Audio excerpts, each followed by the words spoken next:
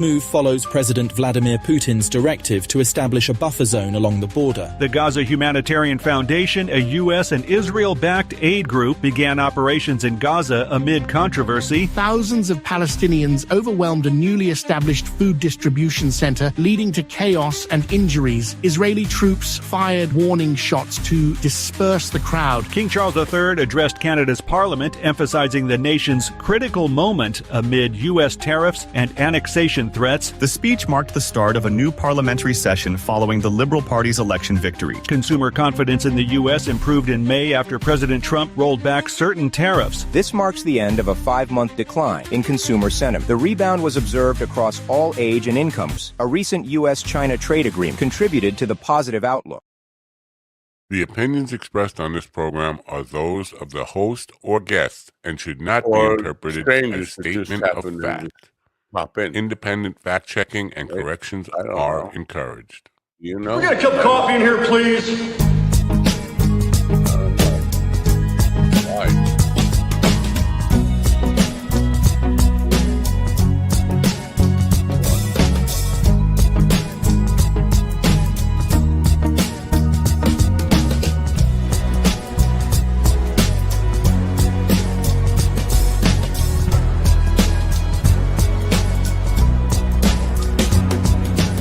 Damn good coffee and hot. My dog is your mind's best friend. I don't think so. My dog can't even put his headphones on. My dog is your mind's best friend. Comedy pool.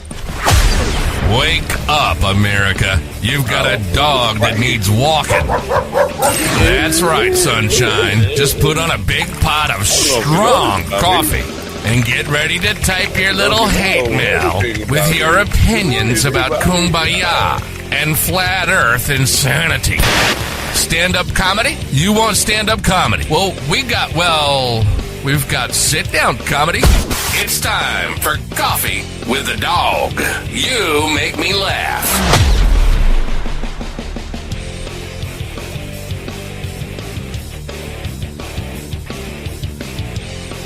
I'm a little yellow, right? Is that jaundice or is that just the way I look? Wow. Hey, what was that? That's a little red. Probably no lighting or something. Let's just fire the lighting. That could be the white beard.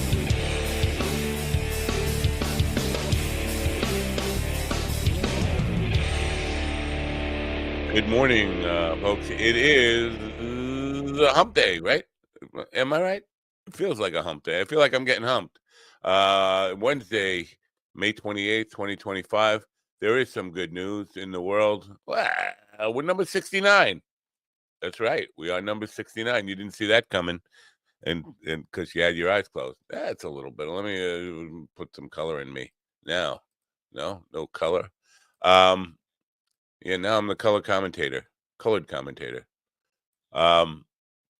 So yeah, according to Good Pods, we are ranked number 69 in comedy in the world of podcasting.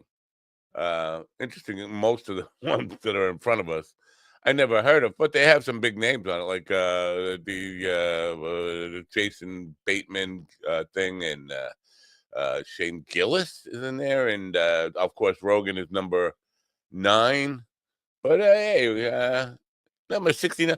Who would now? I'm not sure how accurate Good Pods is, but I guess it's something to be. Listen, number 6. There's 8 billion, gazillion, trillion, gazillion, million, bazillions podcasts out there, and to be number 69, it's right where we want to be. 69, our favorite number. So there you go. I don't think we want to move up either. I think we want to stay at 69. I won't lie. I would like, if I can't be number 1, we are 69 or something. Anyway, there's nothing really here to talk about today. There's nothing. We have a musician, Erica Verba, who wrote a book about some musician that I never heard of, who was supposed to be super influential. what's her name? Can't even. Some Chilean woman. Anyway, she'll be here in the second hour. Where's the name of the woman who the book is about? Ah! That's just me losing it. In case there wasn't your radio breaking. I guess I should find out what the fucking woman's name is, shouldn't I? Right? Should I? Oh no. Yesterday, and I got a lot of email on this, and I think it needs to be addressed. I was accused of going soft on a guy. Not like I go soft on my wife often. Oh, Violetta Parra. Thank you, GD, for shoving that in my face. Who cares? I think listen. GD is my spell check and proofread guy. I think he spelled that wrong. I think it's Violetta with one T, but that's fine. My spell check guy is as good as I am at pushing buttons back here. Where was it? Oh, so yesterday people said I went soft on a guy. I don't usually go soft on a guy because I'm usually not hard on a guy. I go soft on a woman often, and then I take a pill. But I was accused of, because Dr. Robert J. Wolf. This is interesting. And I thought of it at the time, but I didn't feel like getting into the conflict. It was Tuesday. I'm still like a little schmoozed. He's a Trumper, and he admitted he's been a Trumper on here, but he's an anti-fascist, anti-Holocaust guy, worried about the rise of anti-Semitism. He doesn't equate what's going on in America with what happened in the Third Reich. And this, for an educated man not to see the reality of what we're dealing with, blows my mind. The rise of anti-Semitism and the invitation to the people with the pointy hoods to come out into the streets, and the people with the swastikas on their arms to come out in the streets, that invitation was sent by none other than Donald J. Trump. And so to say you're a Trumper and you're fighting anti-Semitism and be an educated man confuses the fuck out of me. And yeah, people pointed out that I could have been confrontational. I could have started a fight with the guy. He seemed like a good guy for a Trumper. Right, Joe? I got to qualify that. For a Trumper. He seemed like a good guy. And I do sympathize with the fact that anti-Semitism is on the rise. And I think he's more concerned with it in terms of Israel and Hamas and what's going on over there. My concern is for people in the streets of America, Jewish people who are getting attacked just for being Jewish. But it's not just them. As he pointed out, the Nazis, they weren't, when you say discriminate, they weren't discriminate. They hated everybody. Everybody who wasn't blonde-haired and blue-eyed was sucking the Fuhrer's cock. I think I don't know if he would let a brown person suck his cock. But they didn't care. I mean, they would feed anybody to the lions. They were like the Romans, throw anybody to the lions. So I apologize if you didn't think I went. I should have started a fight with the guy. I just don't have the energy for fighting with people anymore. And that's not true. You get one that's a little bit of a dick, and I will probably lose my shit on him. Anyway, we're going to say, I got to deal with Venmo, and I'll get people sending me money. It's a good thing. People sending me money. Keep sending me money. I need money. If you want to learn to play guitar, go to minddogtv.com/guitar. If you want to learn how to sing, go to minddogtv.com/sing. You want to learn how to play the piano, go to minddogtv.com/piano. You want mushroom tea, go to minddogtv.com/ right up there in the thingamajig. I'm still looking for people to talk to me about weed. I didn't have a conversation with Steven about weed last night, but Craigslist people are coming through now. They want to talk about weed. So the weed world will be flying soon. I have a good feeling about weed world because I think there are more people who are enthusiasts, weed enthusiasts like myself, who want to get it off their chest because they've been keeping it quiet for 50 years. I mean, boomers, I'm talking about. I'm not supposed to admit to smoking weed. I got to take a fucking something to hide it in my drug test when I'm blah, blah, blah. Whatever. Now you can let your weed flag fly. Not freak flag, weed flag.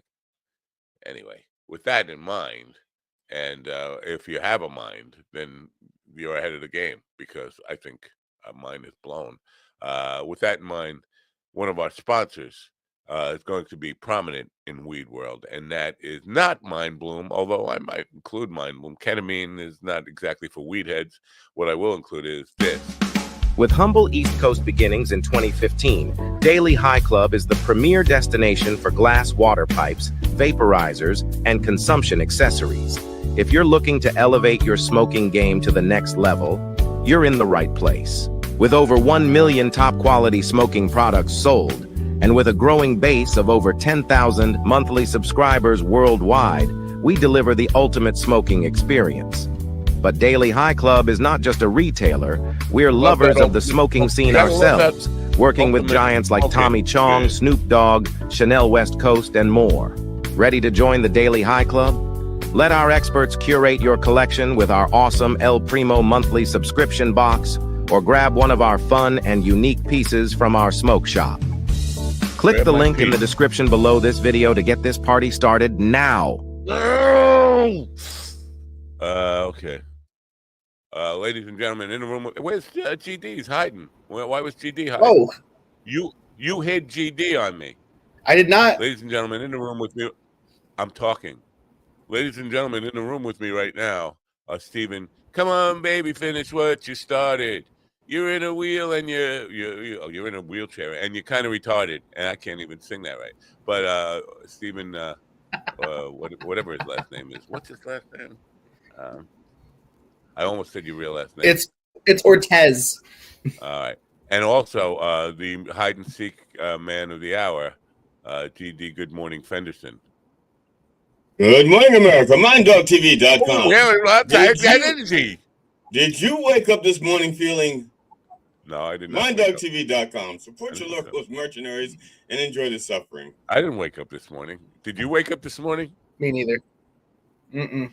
No. I don't feel like I'm still in this shitty, fucked up nightmare of a world. Big shout out to my best friend GD Fenderson for getting Dylan Brody to fucking jump on scheduling something like he did it. I think as GD was saying, Matt said you should come back on the show. I think as he said that, he was typing in like, let's get back on there. I talked to him last night. I sent him the link to the book last night. Yeah, I know. I think as you sent him the link, even before he opened the link, he was signing up. That's how quick he was. He was. Oh yeah, he was on yeah. it. So good. Now, what are we going to talk to Dylan Brody about? I haven't been. Just ask him what he's got cooking, because he's always got shows coming on. He's always working on something. He's either directing a play, or I think he's got a movie out, an independent film out. I think his independent film out. Like I said, he's got a lot of stuff. That's cool. I don't know if you know this about Dylan Brody. He also has Active Voice Productions, where he teaches classes and helps people write comedy. So Stephen, you can check out Active Voice Productions. Too fucking lazy. Let's establish that right now. Stephen's too fucking lazy. His ex-wife was absolutely right about him. He's a lazy fuck. Well, if you don't feel like being lazy and you feel like, and you actually want help with with your craft of comedy, Dylan Brody is probably one of the. He's never gonna not feel. You know why? Because he's a fucking weed head. These weed heads are all fucking lazy fucks. Okay, if you ever give up the weed and you well, that's not fair. Okay, if you don't give up the weed, well, actually, Dylan smokes as well, but not on camera. Not on camera. He'll tell you he smokes, but he doesn't want any images of him doing. So he's one of the target people that I was talking about that already come out of the weed closet. He'll talk to ask him about weed. Sure. All right. Tell him you want to interview him about weed. Oh, not tomorrow, because you ask him one question, and if you don't stop him, he will talk for the next 30 minutes. He's not coming on tomorrow. Whenever. So Stephen, as I was saying, he has Active Voice Productions. He teaches comedy classes with people, joke structure, stuff like that. He'll work with you. It's on Tuesday nights. and he is the most knowledgeable person I know of about dealing with comedy. I honestly do not know anyone who knows more Can I tell about you what comedy than him. well, I don't know if you know this. You probably know this about Dylan Brody, but Steven doesn't even know who Dylan Brody is, so I could say I don't know if you know this about Dylan Brody. I don't know that about Dylan Brody. So, last time I talked to him, he had which was when what's his name? Bob Dylan Brody. Actually, Bob Dylan Brody was what he was trying to become. He was I think he got a guitar. He was trying to learn to sing, write songs and sing. He plays fairly well. He plays fairly well now, at least well enough for what he does. And he was going around to open mic nights, music open mic nights. I was like, that's an interesting thing. Imagine seeing somebody who's already an established comedian, writer, or whatever he is, and just popping into your open mic night at the pub with that would be an interesting thing to write to Mom about. Dear Mom, Dylan Brody came to our open mic at the folk music coffee house and sang a couple of songs, and he was really insecure about his singing voice last time I talked to him. So he's probably still insecure about his singing voice, but he understands that he doesn't really sing per se. That's why he's trying to become a Bob Dylan Brody. He vocalizes. Yeah, the Bob Dylan Brody. Yeah, he vocalizes, but for now, speaking of singing, Steven is going to sing for us. Come On Baby, Finish What You Started by Van Halen featuring Van Hagar. Go ahead, Steven, take it away. Don't you have a better song than that? There's something that Sammy Hagar that's Steven's theme song. This is what he does. He doesn't finish what he starts. Why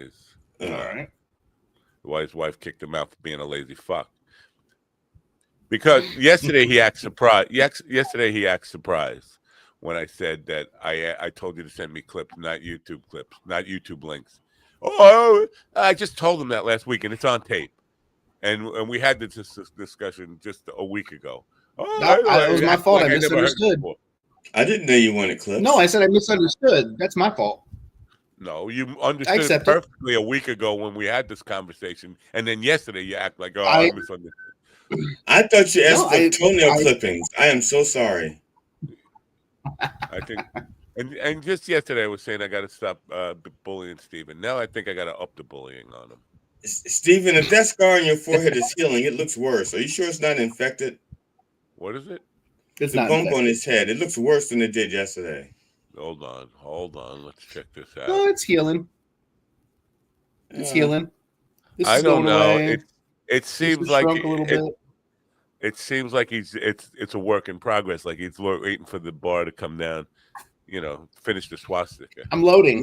Maybe the hat is. Maybe there's that part of the hat that's just rubbing against it and fucking it up. And I get the feeling you're going to be infected. We're probably going to have your head amputated to get rid of the infection. That would be good. That's the Slim Fast diet. Why don't you stop by Sleepy Hollow on the way home? See, that's just what I said. He was probably typing that while I was saying that your hat is probably. Now this is Dr. Tail Slap Taylor, who knows about wounds to the head. Yeah, this is Nurse Tight Ass. All right, I'll take it off. He was a military. Whoa! I thought that was a full moon or something, like a watermelon shaped full moon or some weird thing. Mm-hmm. For people on the radio side, we're making fun of Steven's mutant fucking appearance because he looks like a fucking mutant. Can you guys see this? Good, you can. Hold on. I like to push the button. You see these things? Oh, I shouldn't have put it like that because it's got my address on it. Shit. Nobody could see it. Nobody could. Okay. He just doxed himself. Yeah, I just doxed myself. Fuck. That's not my address on there. They sent it to the wrong house, and I had to walk and go get it. And that's why I'm upset. They put nobody could see the address. We couldn't see the fine print. I got a thing from the Department of Transportation, and they put the wrong address on it. And I had to walk 3 blocks to get this. 3 blocks and turn left and then turn right. A house totally nowhere near mine to get this. I don't know if you guys remember this, but in January, on like January 20th. Oh no, actually, well, I went to New York and drove back in January. I wouldn't do and for that. some reason, my Easy Pass didn't register in Maryland, Delaware, Pennsylvania, New Jersey, New York. And so I was slowly getting these trickle of things. And I didn't get anything from Delaware, so I just assumed that maybe it worked in Delaware. I got it from Delaware yesterday. I got the notice. These two are from Delaware, going up and coming back. All right. January 20th. Okay, I'm just getting it yesterday. And it says final notice of toll violation. They sent it to me yesterday, and it's the final notice of toll violation. Well, here's what you do. You say you sent it to the wrong address. I had to walk 3 blocks, and I'll play the tape to prove it. Each one of these is for $91.50. $99.50 and $91.50 each. $99.50. One for going up, the other one for coming back. $99.50. You know how much the actual toll is each way? $4. They're hitting me with $87.50 worth of additional charges. Now, here's some. Now, okay. The $25 administrative fee, I understand. That's on everything. You know, I understand that, and I would live with that. I wouldn't have argued with them for that.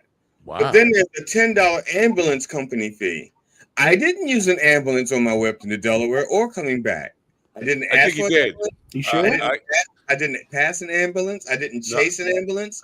But no, I think we called an ambulance on you when you were doing your set. Combat. Yeah, we thought you were dying. Combat violent crimes. I did not start a violent crime. I did not combat a violent crime. I did not combat anything. I did not combat a peaceful crime. I did not combat a violent crime.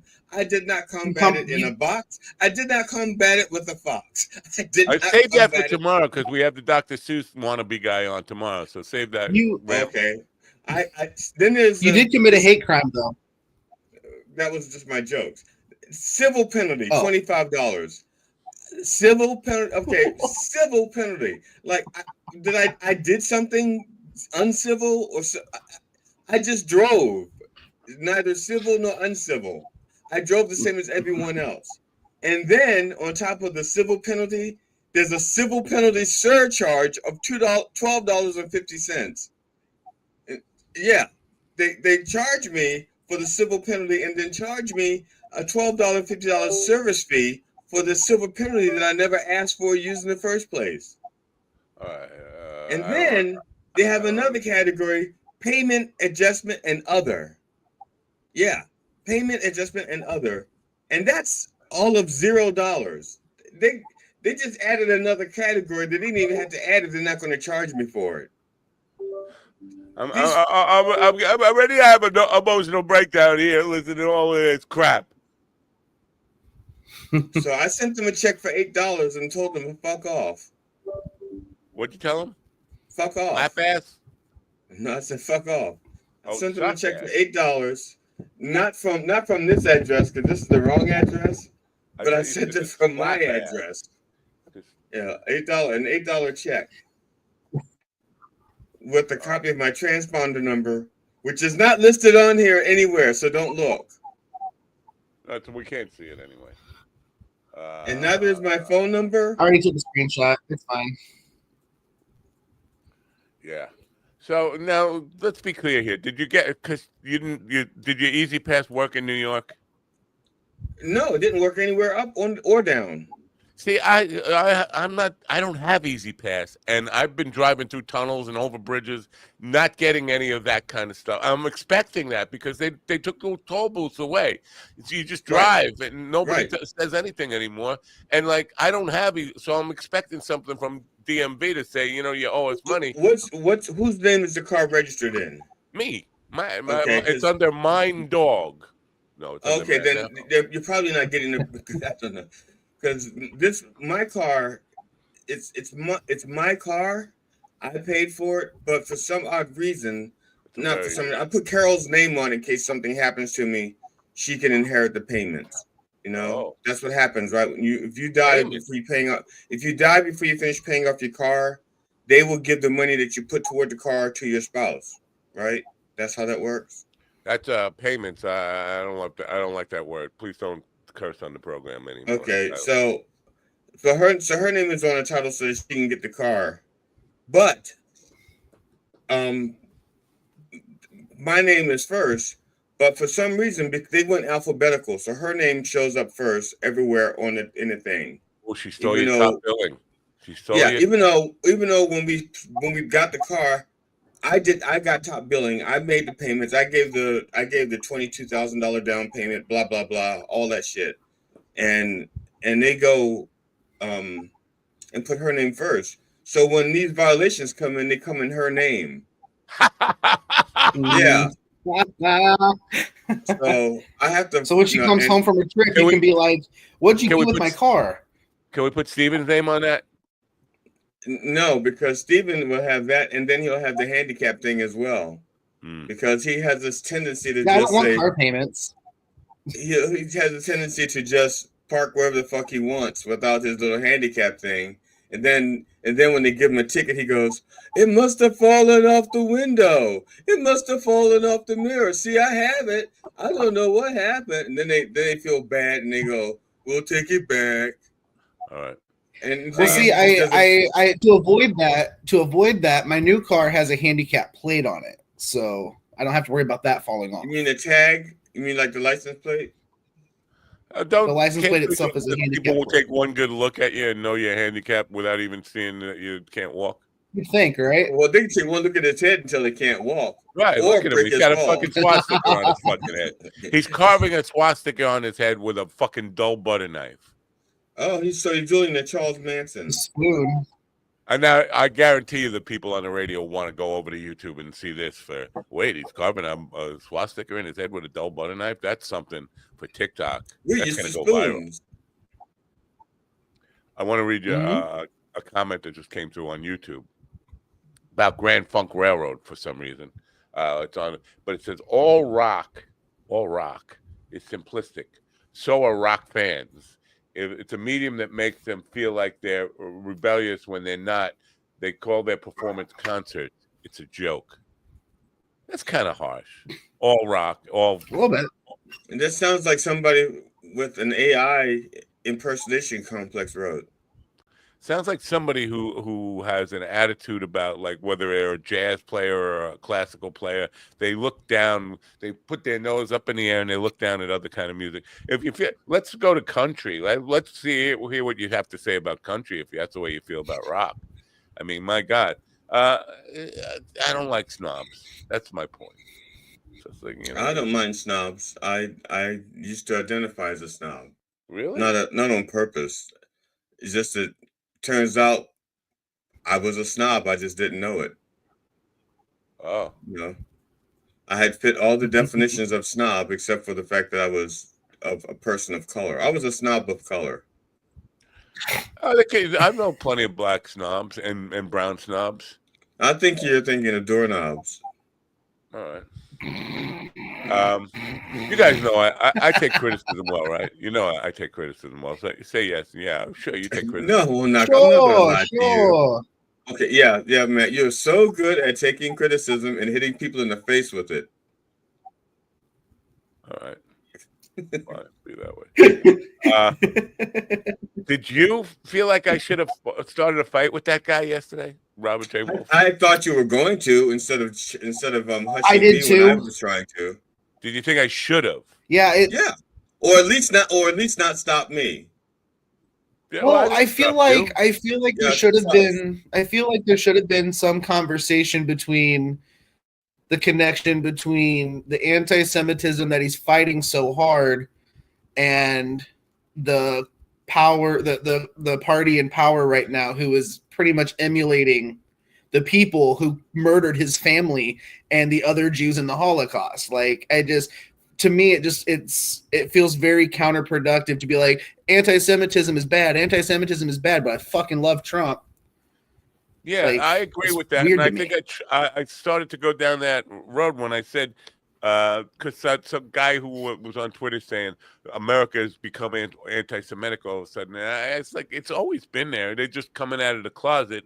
And I was saying that to say, who gave them permission to come out of the closet, and that was Trump. I think he interrupted me and started talking about Hamas at that point, and that's changing the subject in a way. But I'm not making excuses for it. But I think if we had, listen, I don't dislike the guy. As Trumpers go, I think he's the most likable Trumper I've talked to in the last 8 years. But it was nice that he. Well, it was nice that he didn't try. It wasn't his goal to come on here and preach Trumpism. It wasn't his goal to come in here and preach any of that. He was really focused on the anti-Semitism and fighting the hate, which is cool. But again, when he's backing the hate party, it's hard to take what he says at face value and believe it also full force. The other thing he did is he kept trying to keep us from pointing out his hypocrisy by dominating, but it's word after word after word after word, which is why I just kept cutting him off. I don't want to say kept cutting him off, because I think I only cut him off once or twice or 3 or 4 times. I do think there was some level of bullshit in there, because a lot of bullshit, not just some level. It was he leveled up the bullshit. He was like Grand Theft Auto 6 on bullshit. I don't know if I didn't mean that, because I don't think he was a bullshit artist. I think he genuinely believes that Trump is doing the right thing for Israel, which is why he's behind Trump. I think I think his thing is about Israel, not so much about being Jewish, because the Jewish experience in America is far more treacherous right now than it's been in many, many years since World War II. Well, how can he be so involved in Israel and not know the status with Netanyahu? He lives in South Florida, where it's kind of but he's so Israel, and he doesn't know what's happening in his quote in the country that he's so concerned about. That's what I was saying. In South Florida, in the communities he lives in, it's very well insulated, so that the anti-Semitism doesn't get behind the gated communities in South Florida. Everybody there is Jewish. There's nobody to be anti-Semitic. I was also super grossed out of the fact when GD asked him, is what Netanyahu is doing in Israel, is what he's doing during the war and all of this shit okay? Is what he's doing okay? And it's just not. I mean, he's committing, in my opinion, just as many atrocities. I mean, he's blowing up schools and hospitals, and he's hitting places where there's women and children. I mean, yeah, there's going to be collateral damage, but I mean, it seems like he doesn't care either. He cares about as much as the people he's fighting. It seems like. But even before that, Netanyahu was not paying attention to the warnings that Hamas was that they were about to attack. Yeah, that's like a Bush thing, like FDR, and with Pearl Harbor too. They knew it was coming. They need an excuse to finish the fight. And also he was basically he was basically trying to stay out of jail, just like Trump. Well, that's what confused me, because when you started to say he's just trying to stay in office to stay out of jail. He's prime minister, but I think at some point you said president, and I was like, I think you're talking about Trump, and you said no, I'm still talking about Netanyahu, because the word president threw me off in that. But I think the bullshit part, and again, I think he genuinely and generally believes all the things that he was saying here. I don't think that's bullshit, but I think the bullshit part for me is you write a book about the Holocaust and anti-Semitism, and you say, I'm not political, I don't want to talk politics. Come on. How do you fucking put a book out about something that is very political, very controversial, and say, I'm not interested in politics? What he's trying to say is, I don't want to argue about it. Just take what I'm saying at face value. I don't want to argue the politics. I don't want to argue. Just trust what I'm saying is factual. Don't test me. Don't challenge me. Don't bring it up to date. Don't talk about Trump. Yeah, don't talk about Trump and his love of the white nationalism. That's his way of saying hands off. Just let me do my thing. That's another reason why he kept trying to control the conversation by just word salad after word salad. Yeah, what's the comment here? Best viewers. Thank you. I don't really care about best viewers, but so yeah, I'm taking this. We're number 69. Where are you, Mr. Rutted Specialty Wagyu? He's not interested in politics. He's writing about something as controversial as buying bot viewers, and but let's come back to Matt. You should have never hesitate to fight. Let your anger flow. It makes me happy. No, I wasn't angry at the moment because I was thinking I don't know. Maybe I was a little tired. I'm not making excuses. The anger didn't hit me. He's not making excuses. These are explanations, not excuses. Don't get them mixed up. Yeah. The anger didn't hit me in the moment, but when the emails, and it wasn't like 100 emails, there were like 5 or 6 emails, let's say, and I pushed out. And I like, you know what, maybe they're right. And now that you guys have talked to me about it, I think, yeah, they were right. I should have gotten angry about that. I don't know. He was such a nice guy. It's hard to get angry at him in that way. This reminds me, what you just did reminds me of the episode of Modern Family, where all the women are out in the car and they're trying to do this thing for women's rights. They're going to like some kind of march or something, and they get a flat tire, and none of them know how to change the tire because they're all women. And so another woman walks up, kind of butch looking, jeans and stuff. She goes, "You have a flat tire?" And they go, "Yeah." She says, "I'll change it for you." And so the woman changes the tire for them. And she goes, "Let me just make sure that everything's okay." And she gets in the car, she starts it, and she drives off with their car while they're saying, "She's so nice. She changed our tire. She helped us." And then she drives off with the car. That's how the guy does. He's like, "Man, this guy, he's so nice for a Nazi guy. He's so nice for a Trumper." You know what? And then he drove off with the show. In lieu of playing the disclaimer, I do know several women who know how to change a tire. So that's GD's opinion that women don't know how to. I do too. No, that was the show. That I was not saying they didn't know how to change tires. They said they don't know how to change a tire because they're women. In the show, listen, I specifically said the show Modern Family. And GD, you're a sexist pig. You're a sexist pig. You've been caught. Roll the tape. There's a difference. Roll the tape. Let's move past that just for a second, if we may. My first television show in 1986, I had written a draft for a pilot for He's Such a Nice Nazi. And it was kind of like, nice Nazi, he just said. Basically, it was like an All in the Family, except everybody, it was a lovable Nazi. Archie Bunker guy, the father of the family, was a full-on Nazi. Like, he wore his brown shirt every night to dinner and all that. So stuff. It's like Silk meets All in the Family, right? But the whole line, I kept putting in, he's such a nice Nazi. Like, people would come to the door trying to sell him stuff, and he'd give them the full. But he was a nice guy, and this was 1986 or something, 1987. He's such a nice Nazi. Now that did not fly. They wouldn't let me air that for some reason.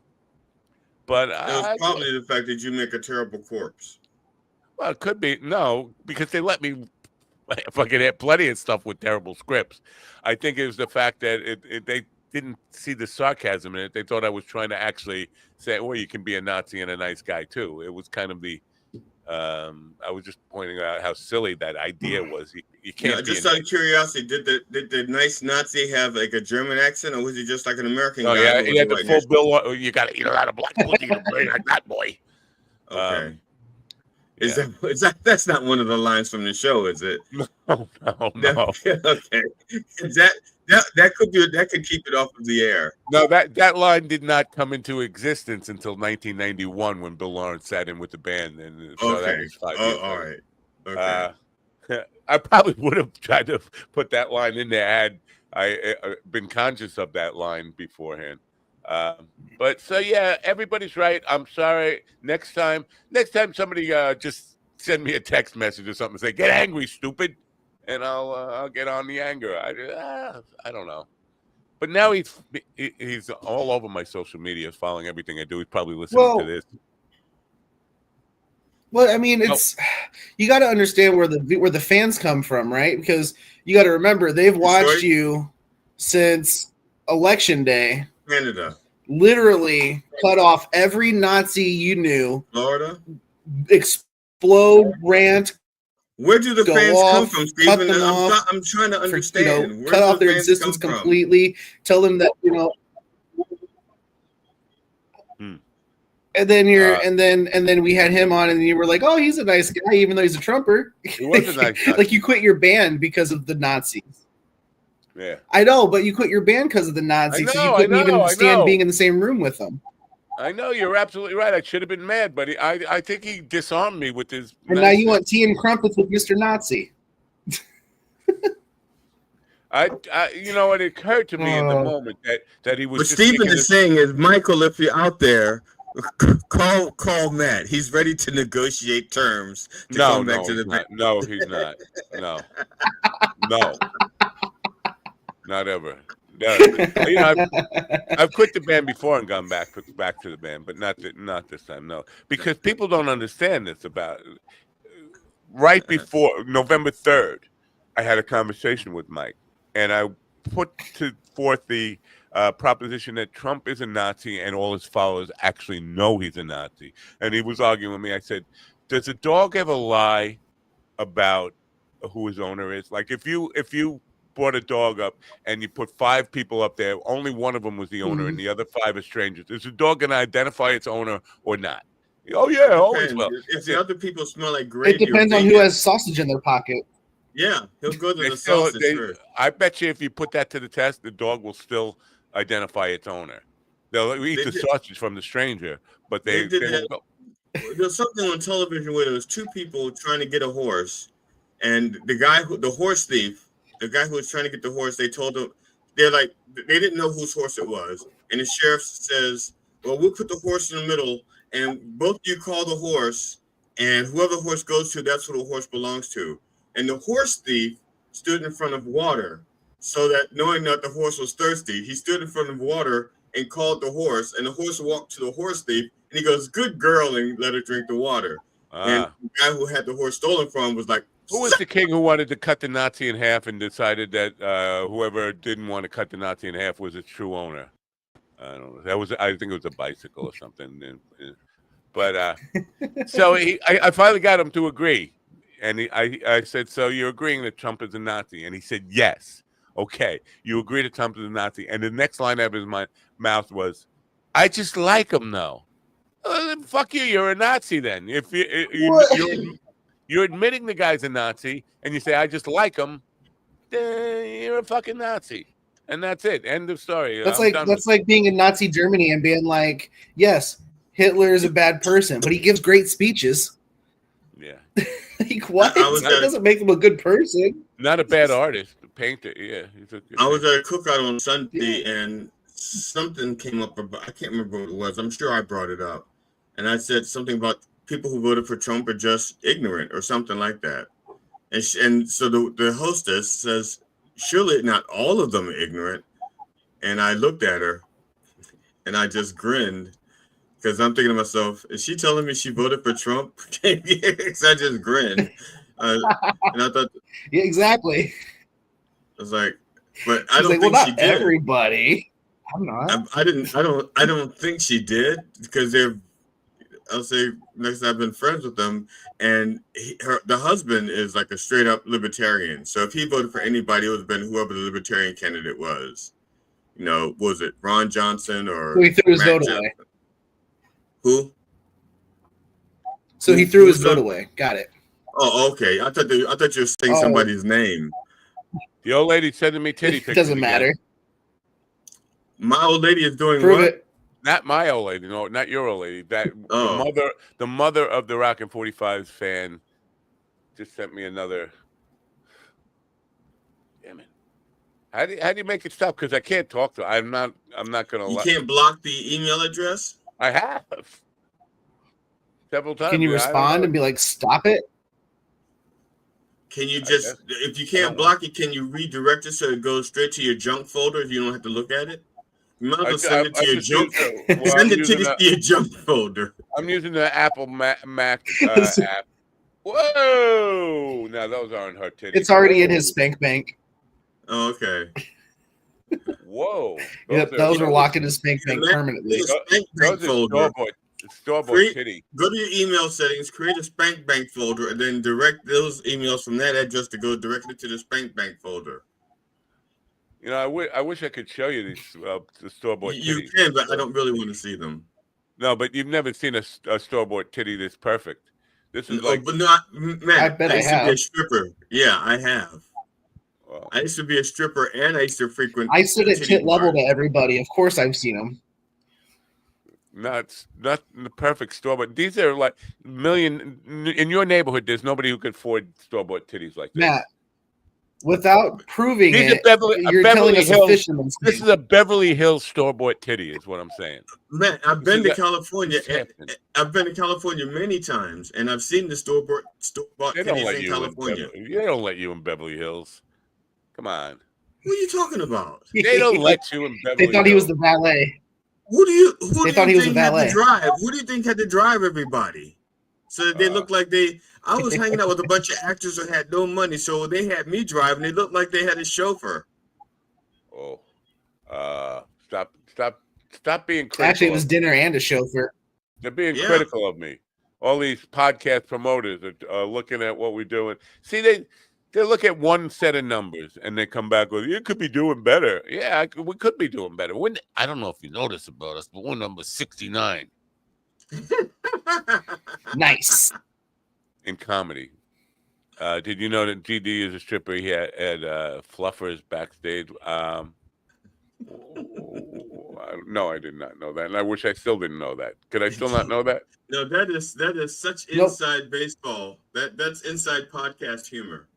If you want to get the whole gist of it, well, first of all, you want to get the whole. I don't want to get. I don't even want a wider lens. I don't even want the surface level gist of it. I want it. If we could get antibacterial. If you want the jizz of it, you have to listen to the podcast. No. To get the full. He's gonna go balls deep for the jizz of it. That's right. No. Listen to the most recent episode of the Slaptail Nation podcast. Everywhere where your podcasts are found. You look like the kind of man who values connection. Do I look like the kind of man who values connection? I don't know what picture you're looking at. You look like the kind of man that eats bananas for the shape, not the taste. If you mean internet connection, yes, I look like the kind of man who values internet connection. I was thinking of like AC/DC connections. Oh, do you see Angus Young? There was a video of Angus Young getting out of a van and smoking a cigarette on a South Florida sidewalk yesterday, and he looks like he's 100, but he could. Isn't he? Isn't he? He's got to be pretty close. He's 85 or something, right? Or at least 80, right? Am I right? I don't know. I'm thinking because I didn't hear of them until like 1978, and that was because. That's about right. That's about when they hit the States. It's like the late 70s. And I was working on a radio station, and one of the programmers, Marlene Andor was her name. She was the one that introduced me to AC/DC because I liked Cheap Trick, but mainly because I knew Cheap Trick. Not knew them personally, but I interacted with them. I got to hang out backstage and smoke some dope and drink some beer with them. And so when you do that with a band that's popular, you kind of like them. Actually, I must have liked them before then because I paid money and went to go see them. Well, according to the person who wrote to me, you're simplistic, and to call their music concerts is a joke. Who? Whoever that was that wrote to me that about the. Oh no, Cheap Trick isn't rock; they're classical. Oh, what the hell? Yeah, matter of fact, they opened up with Majorsky's suite, Majorsky's Firebird Suite, I think it was, is what they opened up. Well, they opened up with Majorsky, a little classical piece, classical guitar duet, and then they went on to a little bit of Beethoven's opus of "You, I Want You to Want Me." Oh, it was Mozart. Oh. That Mozart piece. That was the second thing. It was good. It was a really good. I was moved. By the time they got to the Stravinsky solo, drum solo by Igor Stravinsky, I was moved. Drum solo. Drum solo, and it was an Igor Stravinsky drum movement? solo. All right, Steven, pick that apart and say why that has to be a lie. Go ahead. It has to be a lie because they wouldn't allow your people in the place. Actually, the drummer Buddy Carlos let me in. No. Oh, okay. That does track. Fine. Drummers like black guys. Apparently, Buddy Carlos does not do the drinking and the drugging like with the fans. Drum kit that we know that does solos was only an invention of the 20th century, the early 20th century. There was no such thing as a drum kit. The Africans didn't have drums and did solos. Oh my God! Talk about white privilege. My people have had drums since the beginning of time. It wasn't a drum solo. The first solo. Yeah, it's drum solo. No, a drum solo is typically on a drum kit with snare drum, bass drum, tom. Once you culturally reappropriate it, sure. But when you first invent the drums, you have one drum and you're playing solo. Culturally appropriated is a drum solo. No, you're saying culturally appropriated. The first guy who actually do it was a black guy, so he was culturally appropriating his own culture. I'm talking about your redefinition of it. It was one guy, a black guy with the drum playing by himself. Hence, drum solo. That's not a drum solo. See, white appropriation. Mr. White Man comes along and renames everything. No. You know, my people had names for stuff long before you guys came along. We didn't even call them drums. We called them bang bang. Exactly, they didn't call them drums. So how could they call it a drum solo? I'm just saying you guys stole it and renamed it. I didn't steal it. It was you personally. No, it was you. No wonder everybody hates you. You know what? You're not included in the 69. It's just in the reindeer games. It's me and Steven in the 69. Yeah, only me and Matt are 69ing, not you. That's right. Yeah. And I'm also offended that nobody cared to ask how my script read went through last. My script read through went last night. Because this is a script that was supposedly finished and sent off to Hollywood directors a year and a half ago. Except I never said any of that, so that's okay. I'll be honest. I forgot you had it, but when we talked on the phone yesterday, you didn't mention it. So you guys talk on the phone. What do you do? Like, what are you wearing? No, we already know what we're wearing. We got FaceTime. We can see what the other one's wearing. That's stupid. So what do? You like? It's usually nothing. Are you gonna come? No, we usually just talk about you. Steven we don't have to ask those questions. Steven will go like, "Did Matt make you cry?" And I'll go like, "No, Matt didn't make me cry." Did Matt make you cry? Steven will go like, "No, Matt didn't make me cry." And said Ron looked like he was crying. You think Matt made Ron cry? You know. Well, let me tell you what really happened. I ended the show and then I cried all day. All day. I believe that. Crying on the inside. So. I'm not. Have you ever heard of this? Ian wants to hear the story about what happened to Steven's face, even though it's a birth defect. But go ahead. There's so much to get into. If I woke up like this. Here's the deal. I got in a fight with a wall and I lost. Steven got a little bit full of himself with the I don't need this wheelchair anymore. I don't need crutches. I'm going to just run a marathon. And then it turns out he can't do any of that. And he fell on his face. And that's what happened. Steven was listening to church on Sunday and the reverend said, "Oh, boy, you're healed. Go on, stand up and walk. You don't need that chair. Get up and walk." And Steven believed him. Yep. As soon as I went to say, "Fuck yeah," I hit my head and was like, "Fuck it. God damn it." Oh. Yeah. Yep. I went, you know what? I went because I heard if you go to church, they'll heal the lame. I am still crippled. I'm just kind of cool now. You misunderstood. So they bullshit. said lamb. They said lamb, not the lamb. The lamb. Yeah, you mentioned church on Sunday. I hope the Reverend, and I hope you'll pass this along to him, as if he's not listening right now. I know he's listening right now. Yeah. If he could say a prayer for my friend, I use that term very loosely. Rick Derringer. Hold on, I'm gonna give him the earbud so you can hear it. All right. Go ahead. Rick Derringer passed away yesterday at 77. Rick Derringer gave me my first job actually in the music industry when he was marketing the BC Rich Bitch, which is his guitar that he marketed. So passed away yesterday at 77, which I'm almost 77. I'm ready to go. But so I hope the Reverend says includes Rick Derringer in his little prayer. Is this the Rick Derringer from that band? He wants to know if it's the Rick Derringer from the band, that band, not the band, but the Rick Derringer guitar man guy. All right, Jackie. Rock and roll hoochie coo Rick Derringer.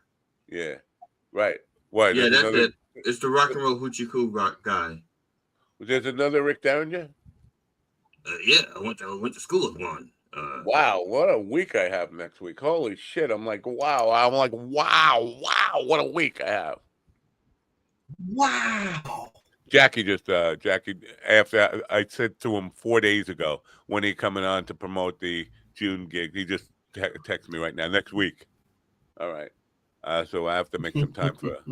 Oh, I'm sorry, I wasn't paying attention. And hello, Ann in California. She says good morning, and she loved Rick Derringer prayers. Yeah. Rick, did you love him? Why did you say good morning like the rest? Did you love him long time or just like more recent Rick Derringer? Oh, come on, that's a racist thing to say, isn't it? What? Picking on Ann because you have no. I don't know if you know this, but Ann happens to be part. She's part Kawasaki. Korean. She rides a motorcycle. Yeah. I thank you. She's part Kawasaki. Part Kawasaki. As a matter of fact, it's only because she rides that motorcycle so tight that she's part Kawasaki. You don't want to go insulting our good friend Ann, who is like our only real fan or only nice person who says hello. I know. That's true.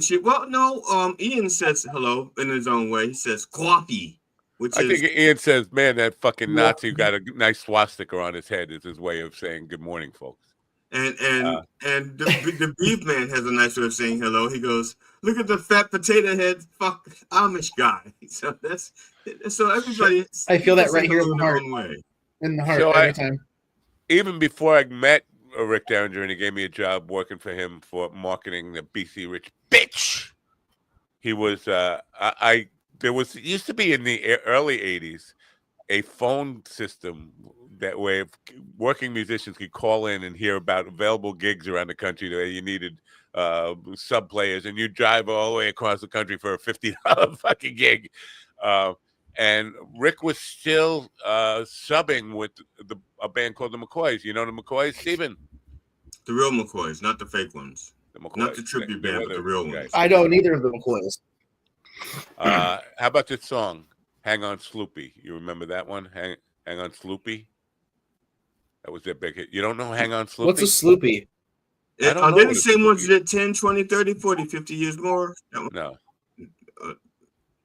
No, that was Bloody Red Baron. I think you're thinking of 1910 Fruit Temp Company, the Bloody Red Baron. Okay. No, Hang On Sloopy. I'm not going to sing it now because I just don't have the energy to do it. And also, you don't get a copyright strike. No, we wouldn't get a copyright strike. But so I almost traveled across the country to sub on bass with the real McCoys somewhere around 1981. I almost drove from New York to I don't know, Kansas or something for $50.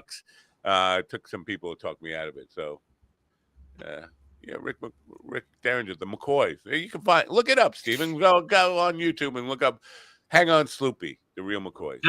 If you had gone, you might have been their bass player for like a whole month. Probably. There was, that Gig Finders or whatever it was called. That was a pretty good service at one point for if you wanted to stay busy. And $50 is more than it is today in 1981 or something. You could actually buy a hamburger with $50 and a tank of gas. But of course, with the tank of gas in the cars back then, you could only go about to your next hamburger. It only lasted as long as your next hamburger. Yeah, this we were still in shock from like 1976. It was $27 27 cents a gallon, and then 1977 it was $2 a gallon. We were still in because that changed everything. That changed the whole world with that. It did. I lied. I know the song. My grandfather it would play in my grandfather's car all the time. Yeah. No wonder you hated your grandfather. As a matter of fact, once gas got like that expensive, like I think because the first car I bought with my own money in my own name, the first car I actually owned was a Toyota Starlet, and it was rated at 55 miles to the gallon. That and the Volkswagen Rabbit, those are the two cars that were rated at 55 miles to the gallon. 55 miles a gallon. Jesus. Yeah, but the Volkswagen How are Rabbit. you getting 55 miles per gallon? They lied. Here's the deal. They both did it, and I did it with the Volkswagen Rabbit. They stripped it down, so it was just like one seat in it, and had a jockey driving it, probably downhill. But it did get 55 miles to the gallon, so they could say it. But no, I think you put a fat guy. If you wanted to get better gas mileage, you'd put a big old fat guy in it to go downhill, because the fat guy would go downhill faster than the jockey. I'm just thinking physics and all. So now this Toyota Starlet actually did manage to get 55 miles to the gallon legitimately out of my car. Wow. On a highway. This is highway mileage, not city, because city mileage was like 20 something miles to the gallon or something. Maybe yeah. But this was 1980, and that's how much it's like this. And these are not like great scientific advances when it comes to engines or anything like that. It was a 4-cylinder engine. It's not like they made all these great advances back in 1981. So there's no reason why we shouldn't be able to have like a 50 miles per gallon car on gas today. Steven is getting all emotional. It's like he's sitting around the campfire with his two grandfathers talking about the Civil War days. But the gas crisis, I don't know. Come and sit on my lap, Stevie. Don't sit on the gas crisis was responsible for the 55 miles an hour speed limit, because before that, I think it was 75 nationally. It was 70. Yeah, maybe in some states 75, but at least around here, the high was 70. I was wondering, because I was wondering what determined Jimmy Carter, like in his infinite wisdom, decided that 55 miles an hour would save us enough gas that we would weather the gas shortage. But it wasn't just Stevie. It wasn't just Carter saying that. It was the people that actually made the cars. Most of them said that the engines ran better and more efficiently at 75, and at 55. And once you got beyond 55, you hit like a point of diminishing returns. You had more power but less gas. I think I disputed that in 1980. They used to also have. Come on, sit on my lap, Stevie. They used to have this service where people would put in ad. Let's just say I'm moving from New York to California. Okay, we'll say that. You're moving from New York to California. Very good, thank you. And we had a moving van moving all my furniture. You don't have to say all that. Okay. But my car, I'm flying, and I want somebody else to bring my car. They put an ad in the paper: drive my car across the country. All you'd pay is gas and tolls, and you get a free ride across the country. And I did that quite a bit. And we used to take one car across the country and then take another car back. And in 1980. We were coming back from San Diego, California. We got a black Trans Am, like Smokey and the Bandit Trans Am. Mm-hmm. And we decided to drive it across country. And I got it into my head that for some reason we had to get back as fast as fucking possible. So and even though the gas is still like very expensive. Is this the trip when you have like 9 tickets over 12 states and you didn't pay any of them? No, I didn't get any tickets. And it worked out well. I had a strategy. I was going to pin it at 120 miles an hour all the way across the country. And if a cop tried to pull me over, I was just going to outrun him to the next state line so jurisdiction wouldn't. And it worked. I got all the way. We got from San Diego, California to Lindenhurst, New York in 39 hours. I think that's got to be some kind of record. Holy shit. Yeah. That's quick, because when I did the drive from Wyoming to northern Indiana, that was 29 hours. Holy shit, dude. We did California. We did Maryland and California in just under 2 weeks. So I think we win. Yeah. Well, my thing was, and I probably, if a cop would have tried to pull me over, it's just like kismet, I guess. I got lucky because going on the interstate, 120, and I'm looking, Illinois is a short state. I could probably do 140. But just thinking I'm going to outrun them to the state line, and Smokey and the Bandit was probably still in my consciousness and went into Black Trans Am and all that. And did you have a CB back then? Were you one of those people using a CB or no? No, not in that car. No, but we were CB heads during the '70s, definitely big time. Even before all the trucker nonsense. Convoy, the song Convoy. Convoy. Oh my God. Steven, you ever hear a Disco Duck? You don't want to hear a Disco Duck. You do want to hear Disco Duck. It's a pretty decent, funny song. I think it's by Rick Dees, and Rick Dees is the one responsible for Jackie the Joke Man Martin having the name Rick Dees in the weekly top 40. I did not know Rick Dees was the guy who did Disco Duck. That's his thing. I think so. I'm pretty sure. Let me see. Now I hate him. I used to until you said that. I liked him, but that Disco Duck thing, that's an unforgivable sin. And Disco Duck. Wow, you're angry. You're angrier about Disco Duck than you are about the Nazi guy. Weird. I know. That is kind of weird. Okay, Rick Dees Disco Duck. Here he is on YouTube.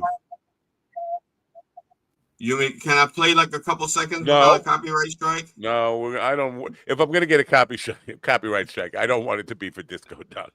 Please, anything but that. Disco Duck nail in the coffin.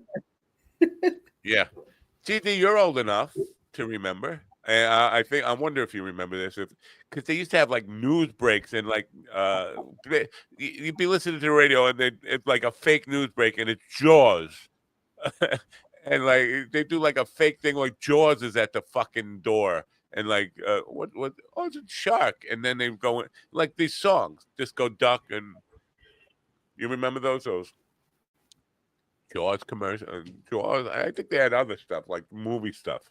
But it was a comedy bit that was on the radio. It's the most annoying bullshit. I'm dying here. One of us needs coffee. My wife is in Canada, and they went to the market yesterday, and she didn't get any cream because she looked in the cupboard and she saw that they had Cremora, and so they didn't buy the cream. So she goes back to the house and she makes coffee this morning. The Cremora has dried solid. And so if she can't get the Cremora out of the thing. And so I told her to just, I fought the wall and the wall won. Yeah, that's Steven's song. Yeah. I fought the wall and the wall won. You know that song, Steven? To the window, to the wall. Anyways, back to you, Matt. Clash covered it. I forget who did this song originally. Who was it? Johnny Cochran? Who was Eddie Cochran? Johnny Cochran was a lawyer. He was not. Yeah, Johnny Cochran was OJ's lawyer. Johnny Cochran. Yeah. Yeah. Cochran. Johnny Cochran. What's going on with Diddy's trial? Do we know? This is weird, isn't it? That nobody is actually even covering. The trial's going on. There was a woman who used to work. Okay, there was a woman that used to work for him. She just testified, and she was testifying that there was one when Diddy was beating this one woman with a gun, pistol whipping her, and so the woman was afraid to call the police because she said that she was afraid of what Diddy would do to her. So instead, she called the girl's parent and said to the woman, "Call the police. Diddy is beating your daughter with a gun. I can't call the police. I'll get in trouble, but you can call the police." They gave that testimony yesterday, I think. That's so weird. So I'm just confused as to why this isn't even being televised. I think why is it not being televised? Like, to answer your question, Matt, Sonny Curtis joined the Crickets, taking the place of Buddy Holly on guitar. Jerry, I think it was Sonny Curtis wrote it, and he was playing with the Crickets. I'm surprised. Wait, I'm surprised the Crickets went on without Buddy Holly. I did not know that. That just doesn't make any sense. That's I'm just going by Wikipedia. I'm not disputing what you said. I'm just surprised. I said I'm surprised, but because that would be like, I don't know, Elvis's band going on as Elvis after Elvis died on the fucking toilet with his head in the toilet. Like, but the Crickets didn't go by the name of Buddy Holly. They went by the name of the Crickets. I know, but Buddy Holly was the thing. He wrote the songs. He was the lead man. He's the singer. Well, it's like, I don't know. It's like you lost the entire identity of the band. I don't know. I think if that would be like if, let's say, some guy named Matt Napo left the Rockin' 45s, even though it was like his name. He named the band. He kept it together, and he organized. I did not name the band, first of all, and he wrote all the original covers. Right. I wrote all the original songs for the band. I named the band when I ran the band. It was the Carlos Allende Trio. It was that for 7 years, and then I quit the band. And when I came back to the band, it was renamed the Rockin' 45s because I was suing them because they were still using my name, and I was out there gigging with that name. But so they changed the name. So, but Mikey is the identity of the. It would be like if Mikey left the Rockin' 45s and they tried to do a show without him. It would be like, what? This isn't the Rockin' 45s. Where's the fat Tony Orlando fucking wannabe? Nazi. Fuck. We have two chat room updates. I made a mistake. Ann corrected me. She does not squeeze Kawasaki between her thighs. If it's not a Harley Davidson, it doesn't go between her legs. Now I'm paraphrasing. That's not exactly what she said, but that's kind of the gist of it. I don't know if you knew this about me, Ann, but my nickname in high school was Harley Davidson. and Bobby, full. I fought the law and the law won. You gotta admire Ian's knowledge of rock and roll, but of course, rock and roll is a simplistic thing, and so are all its fans. And to call it a concert is a joke. Right? Apparently, but I don't understand because he's saying Bobby Fuller. Because, like I said, I don't know. I was just going by Wikipedia. Wikipedia had it. I think he's correct, Bobby. Unless Sonny Curtis wrote it, and the Crickets didn't perform it. There are a lot of drummers who just can't get past and there's a line in there. I shot my baby with a 6 gun. Yeah. There's a measure of 6 in there. Drum solo. Technically, it's not a measure of 6. I think it picks up on the 2. It picks up on the 3. So it's like 3, 4, 1, 2, 3, 4. Hit my baby with a. Maybe right. They want to just hit 4 and come back in on the 1, and it's like it's so frustrating to see drummers go through that. Like, it just count 6, man. It's just like it's a drum solo. Woo. Yeah, well, that's like I said, because I was an amateur drum player before I became a rotten drum player. I don't know if you know this, Ann, but Steven is a potato-shaped wannabe. You know what? I forgot I have a breaking news stuff. I guess we'll save that for after the guest. Steven, Ann believes that your nickname, Harley Davidson, is a good nickname. It's a good choice for a nickname. Hey, thanks. Never heard of that one. Ride to live, live to ride. All right. Actually, and he's saying Harley Davidson. Girls just called him Hog. Oh, yeah. Like face. Actually, it was Boss Hog. Thank you. All right, I'm gonna play commercial, and when we'll come back, we'll meet Erica Verba.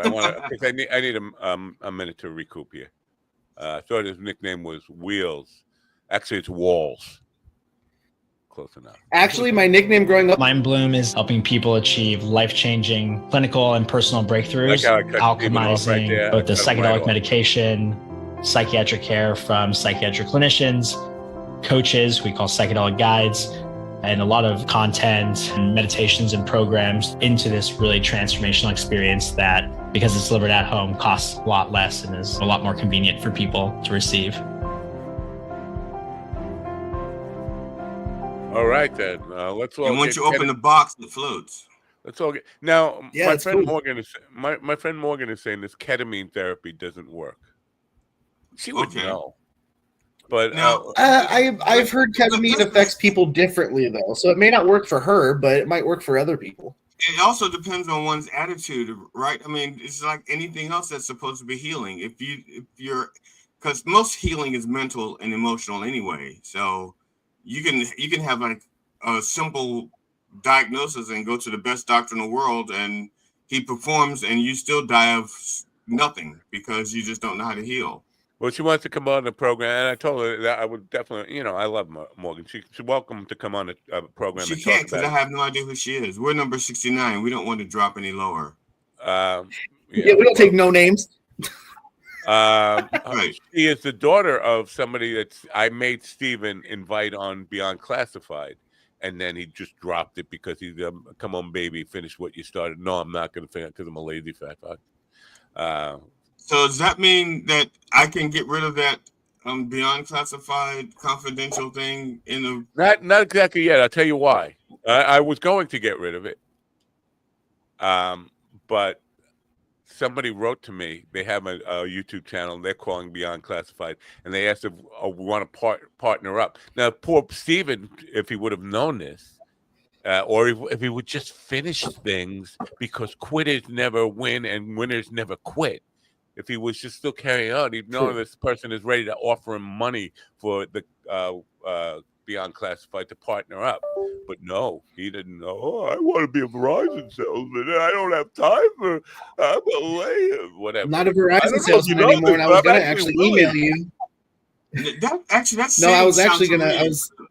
My mother used to crochet and stuff in her spare time, and she used to always say to me, "Knitters never win and knitters never quit." And so now it makes sense. I didn't know that. Wow. Yeah. We're off the air. Goodbye. I should have just introduced Erica while she was still willing to come on the program. I didn't know she was ready because she's looking very oral.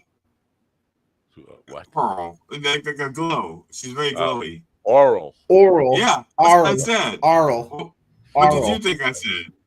Oral. Time now is 10:16. I blew it. 10:16 a.m. Eastern here on the East Coast, whatever time that is for you people. You're listening to WMindDogTVRadio.com. WWDOG.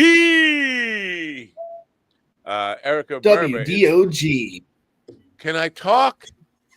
Yes, you can. You can talk. This is why I have to come and stab you in the forehead so many times every day. Ladies and gentlemen, you listen to the fabulous number 69 on Good Pods. Erica Verba is the director. 69 with a bullet. You want to read it? Go ahead, read it. I can't read it. I don't have it before me. I can. I don't have. I can't read it, but I can ad lib it. Good morning, America. Erica Verba is the director and professor of Latin American Studies at Columbia State University, Los Angeles. California. Her research interests include the cultural Cold War, the role of music in social movements, and the intersection of gender and class politics in 20th century Latin America. She has received grants from the National Endowment for the Humanities, the Mellon Foundation, and the Social Science Research Council, the Fulbright, and the Los Angeles Department of Cultural Affairs. She is a founding member of SCALAS, SCALAS, Southern California Association of Latin American Studies, and the recipient of the E. Bradford Burns Award for Service to Pacific Coast Council in Latin American Studies. Ladies and gentlemen, without further ado, the one, the only Miss Erica Verba. Well, thank you so much. It's really a pleasure to be here, and I'm really sorry I missed the beginning of this because I feel like I've just landed. I don't know where, but I'm liking it. I could just reassure you that you would have wasted an hour of your life. Well, I don't know, because you said that you needed to recover. So I'm sure that everything you said is true. I'm not sure your name because it said, are you Gig Salad? Or Fenderson? How would you like to be referred to? A Gig Salad is what I make my wife call me when we're then I'm sorry. I apologize to your wife.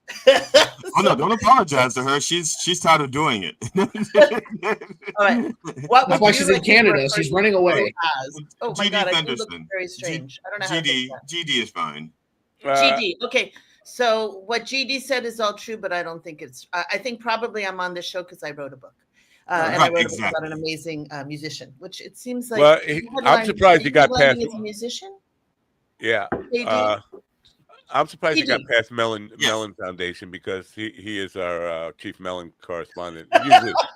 watermelon, but we like to call them the watermelon man. That's nothing racist. I also eat cassava melons and cantaloupe. Even though my wife and I got married on the beach, I'm sorry, we are rated number 69 in the racist category on Good Pods. We are also number 69 in comedy. Anyway, I'm sorry. I apologize for that. All hate mail come to me directly. Sorry. And that's not my real name, whatever you're seeing up there. No. That's right. Is it pronounced Violeta? How's it pronounced? It's Violeta. She's Chilean, so it's Spanish, Violeta Parra. So yeah, she's a pretty amazing musician, an artist. And I was trying, as I was listening to the last 5 minutes that you needed to recover from. And do I call you dog? Yeah, you can call me dog. It doesn't matter what you call him. He doesn't bone. Or treat me like a dog. All that stuff. Yes. Okay, I'm gonna call you Matt. Right, Just it feels more even. Okay, you can call me Evie. I was thinking about why am I on this show? No offense, but especially after that introduction, because I'm really sure your listeners are wondering why I'm on your show at this point. But I think that probably because of who she was, and I'm trying to think of so she's so Chile's South America in this tiny little corner that no one would visit when she was alive. She died in 1967, but she was absolutely a product of the 60s. So she would be the Bob Dylan / Woody Guthrie of Chile. Wow.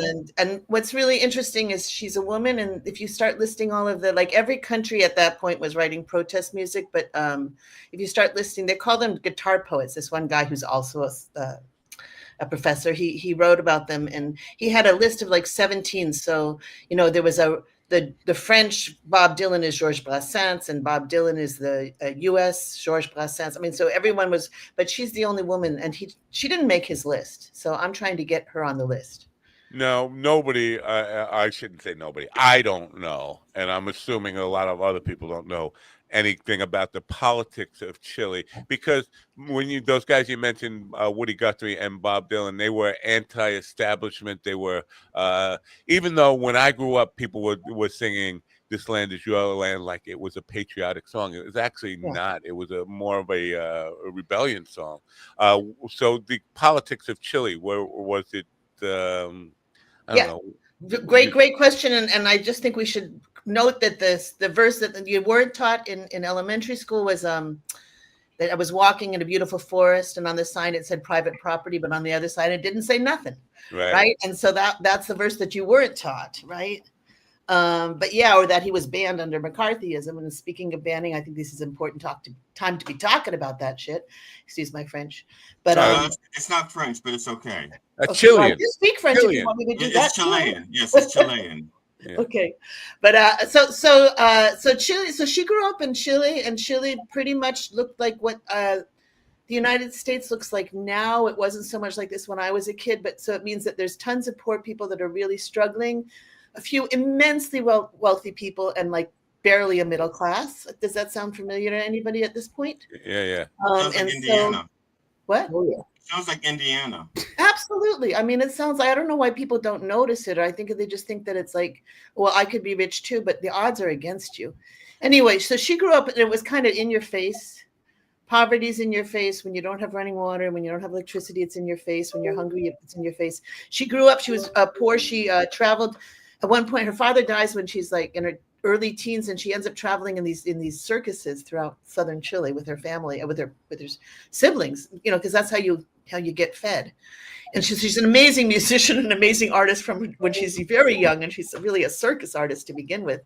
But anyway, so she always felt that she was on the side of El Pueblo, and El Pueblo in a class conscious country like Chile, where people organize as workers. El Pueblo meant the working people. It didn't mean the rich, right? It was quite obvious to people that your interests weren't exactly the same as the rich. In fact, they were probably the opposite. So she was constantly sort of singing about that and identified with that, which is why she really, obviously didn't get very rich.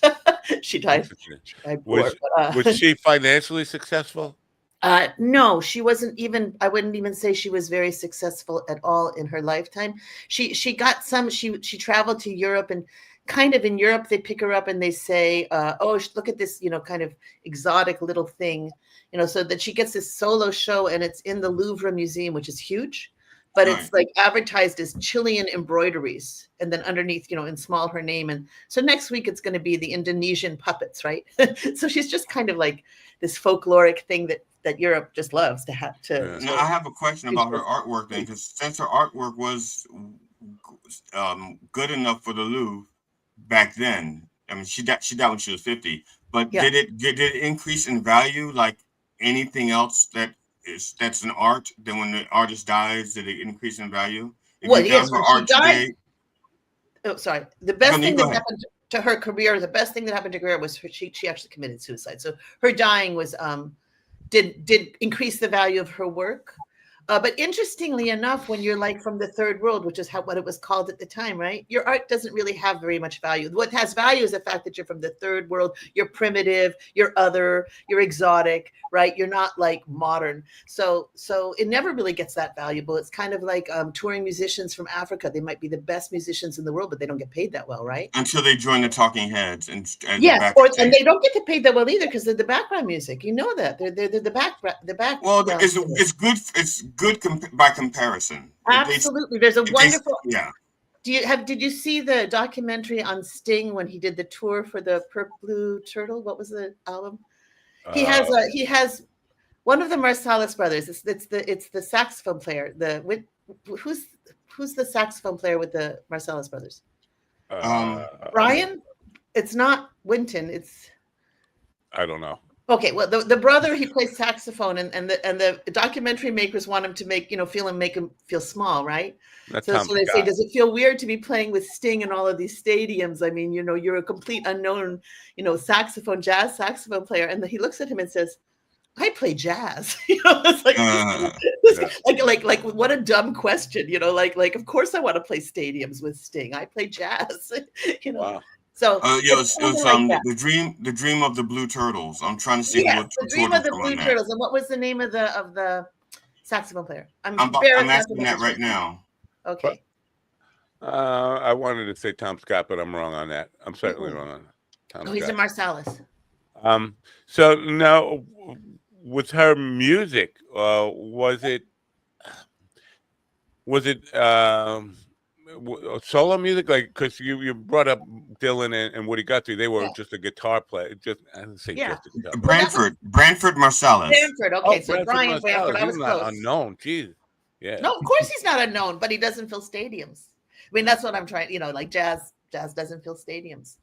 Was it him or Winton who was on the Tonight Show, the leader of Jay Leno's Tonight Show? It was probably Winton. Yeah. Yeah, I think so. I don't think that's the only one. That's the only one everybody knows. Yeah, exactly. Yeah. So if you say that name, you're probably 75% chance. You have a 75% chance of being correct. So she was a solo, like a singer-songwriter with a guitar, not with a band. Yeah, she was exactly that. She was like a folk singer. That's what they were called, right? She was exactly that. That was really popular at the time. Like I said, people were doing that all over the world. It was kind of fun. I think sometimes, right now, I know we're trying to organize a movement, trying to make sure not just to change things, but to stop things from changing. I don't even know what we're trying to do, but I know that we need music. And when you have a guitar, you can go anywhere, right? So it's simpler than a lot of the musics that we listen to now that do give us a voice. But I mean, if I wasn't, I was a kid in the 60s. But even in the early 70s, like you never went to a party where there wasn't a guitar. Right. And to this day, my friends will still do that, but we're kind of like, we feel like we do feel a little bit like dinosaurs because it's like we can sit around for hours, just doing that. And we do have a repertoire. You're describing my life in very pitiful terms. Well, but also we have phones now, so that makes it super easy, right? Because you can get the lyrics for any song. And, if you play guitar halfway decent, you probably can play. What was this number? 75%? I think you probably can play 90% of songs just by they kind of come out of your fingers. So it's not hard. I now have a question. It's kind of like left field because when I was growing up, there were only like 2 or 3 Hispanic musicians I was aware of. I think of Charo, Jose Feliciano. That's not when you were growing up. Charo you were already. That was the 60s. All right, fine. I'm sorry to interrupt. Go ahead. Who were the other 2? Jose Feliciano and oh God. See that? Well, there was another one. I do know there was another one. There was another one. Yeah. Celia Cruz? No. But things did they by chance? Oh, Julio Iglesias. Julio Iglesias. Yes, but I'm not sure. But he may have been around after I could. When I was young, I know that Jose Feliciano and Charo, they like really left impression me because they were both flamenco guitar players. Uh-huh. Yeah. And I was just curious because did they kind of like steal the thunder of the Hispanic artists? Because I'm going to include her with Hispanic because of the way culture is. Yeah. She wouldn't have been singled out as being Chilean. They would have just said Hispanic artists. Again, did they like steal the thunder? No, I don't think so. I mean, she really didn't have she would have had to been on the radar, and none of you have ever heard of her, so she wasn't even on the radar. That's what I'm saying. Is it possible? Yeah, no, I don't think they stole it. I think the United States and the whole world, because what's fun too about music is it turns out it's completely transnational. So I know you're too young for this, and we all are, let's face it. But in the 1950s, cha-cha-cha, right? So people so everyone know my grandmother knows who Tito Puente was, right? And I'm not Hispanic. So, Tito Puente, Celia Cruz, all those people, but also that's true in Paris too. Anybody, if I were French, my grandmother would know them as well. So a lot of these musics, tango in the 1930s, you would believe it or not, tango was absolutely international in the 1930s. Everyone danced it. Yeah. So cha-cha-chas in the 50s. I mean, I guess Vida Loco, Vida Loca was in the 80s, right? I don't know, when was I'm bad with decades because I'm kind of a folky. I think that's late 80s, early 90s. Vida Loca, I mean, right Ricky, whatever his name. Ricky Martin. Yeah. Ricky Martin, yeah. And so now, I mean, I guess maybe Shakira, who's the most, well, no, what am I talking about? Bad Bunny, Steven's going to do the Macarena for us now. Go ahead, Steven. No, Go ahead. Because you said Shakira, Steven is actually not going to do the Macarena. He's going to do the two-hand smash. Yeah. Oh, I was going to do Waka Waka. He actually got that lump on his head by trying to dance the hips don't lie thing. But look, Shakira, man, look, when that video comes on, man, and bam, hit the wall, and it was a thing. But Ricky Martin was the first concert I ever went to in my life. I was 10 years old. I know. Well, look, my aunt, the Conseco Fieldhouse where the Pacers call home, right? When it was first built, it was sponsored by ATA Airlines. My aunt worked for them. We got box seats to a Ricky Martin concert right when the Vida Loca was like the song that everybody knew, and he came out on a pink Cadillac, and it pissed me off because he was standing on it, and I was like, this sucks. But it was the first concert I went to. Your grandfather gave up his 45 of Disco Duck just to buy you tickets to that show. No, my grandpa wouldn't have let me go see a Hispanic person. I think back to the question. I think people kind of, the music industry likes fads, right? And so Latin American music and fads, that goes really well. Mm-hmm. Violeta Parra probably was the name of my book is Thanks to Life. Her most famous song is Gracias a la Vida. So what I love now, all the young people, and I'm not including you, everyone knows who Joan Baez is now because of the Bob Dylan movie. So Joan Baez came out with an LP, what's called, this thing that you put on a record player, in 1972 called Gracias a la Vida, Thanks to Life. So she recorded her music back then. It was pretty probably popular. She's finishing she's touring because she turned 80, and she's finishing all of her concerts with Gracias a la Vida because it's a very beautiful song. And just other people that have recorded it include Casey Musgrave, who's country. There's a K-pop duo whose name is escaping me that's recorded it. Mercedes Sosa. What's that? Mercedes Sosa. Absolutely, Mercedes Sosa. Shakira. Isaac Delgado, salsa star. Omar Portuondo from the Buena Vista Social Club. Placido Domingo. So that particular song really has become incredibly famous, and it's been translated into 14 languages. Does she have an estate that could benefit from it, like offspring or something? Okay, so after she died, Chile, which was a democratic for like a century, had a military coup, which was funded by the United States because we didn't have anything else to do. What's that? Because we didn't have anything else to do. Yeah, and also to quote Kissinger, because they actually had elected a Socialist Party president. So Kissinger said, we cannot let a country go socialist just due to the irresponsibility of its own people. That was the quote. Wow. So they had a military dictatorship for 19 years, which we also supported. But anyway, and why was I telling you this? Oh, because under the dictatorship, they sold the whole, she was recorded on RCA Victor.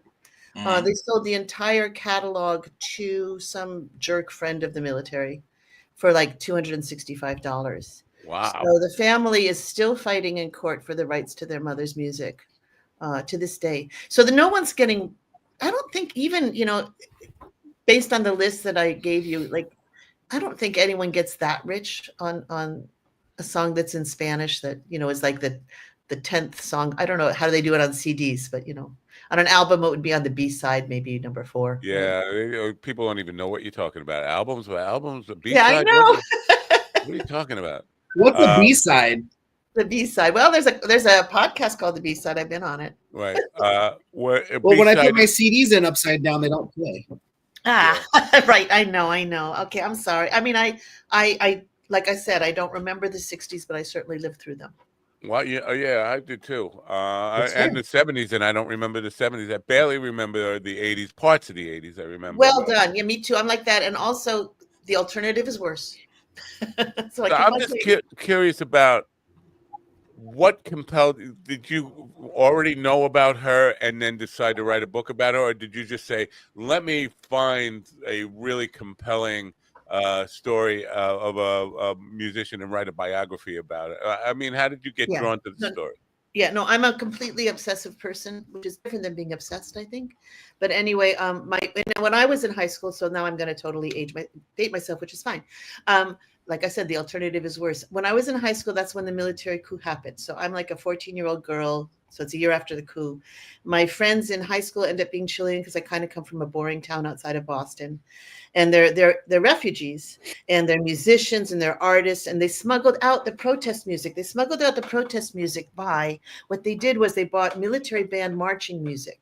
They put the albums inside, and then they very carefully, and this was my 14-year-old friend who did it, very carefully ironed the plastics shut so that it looked like the albums had never been opened when they left the country.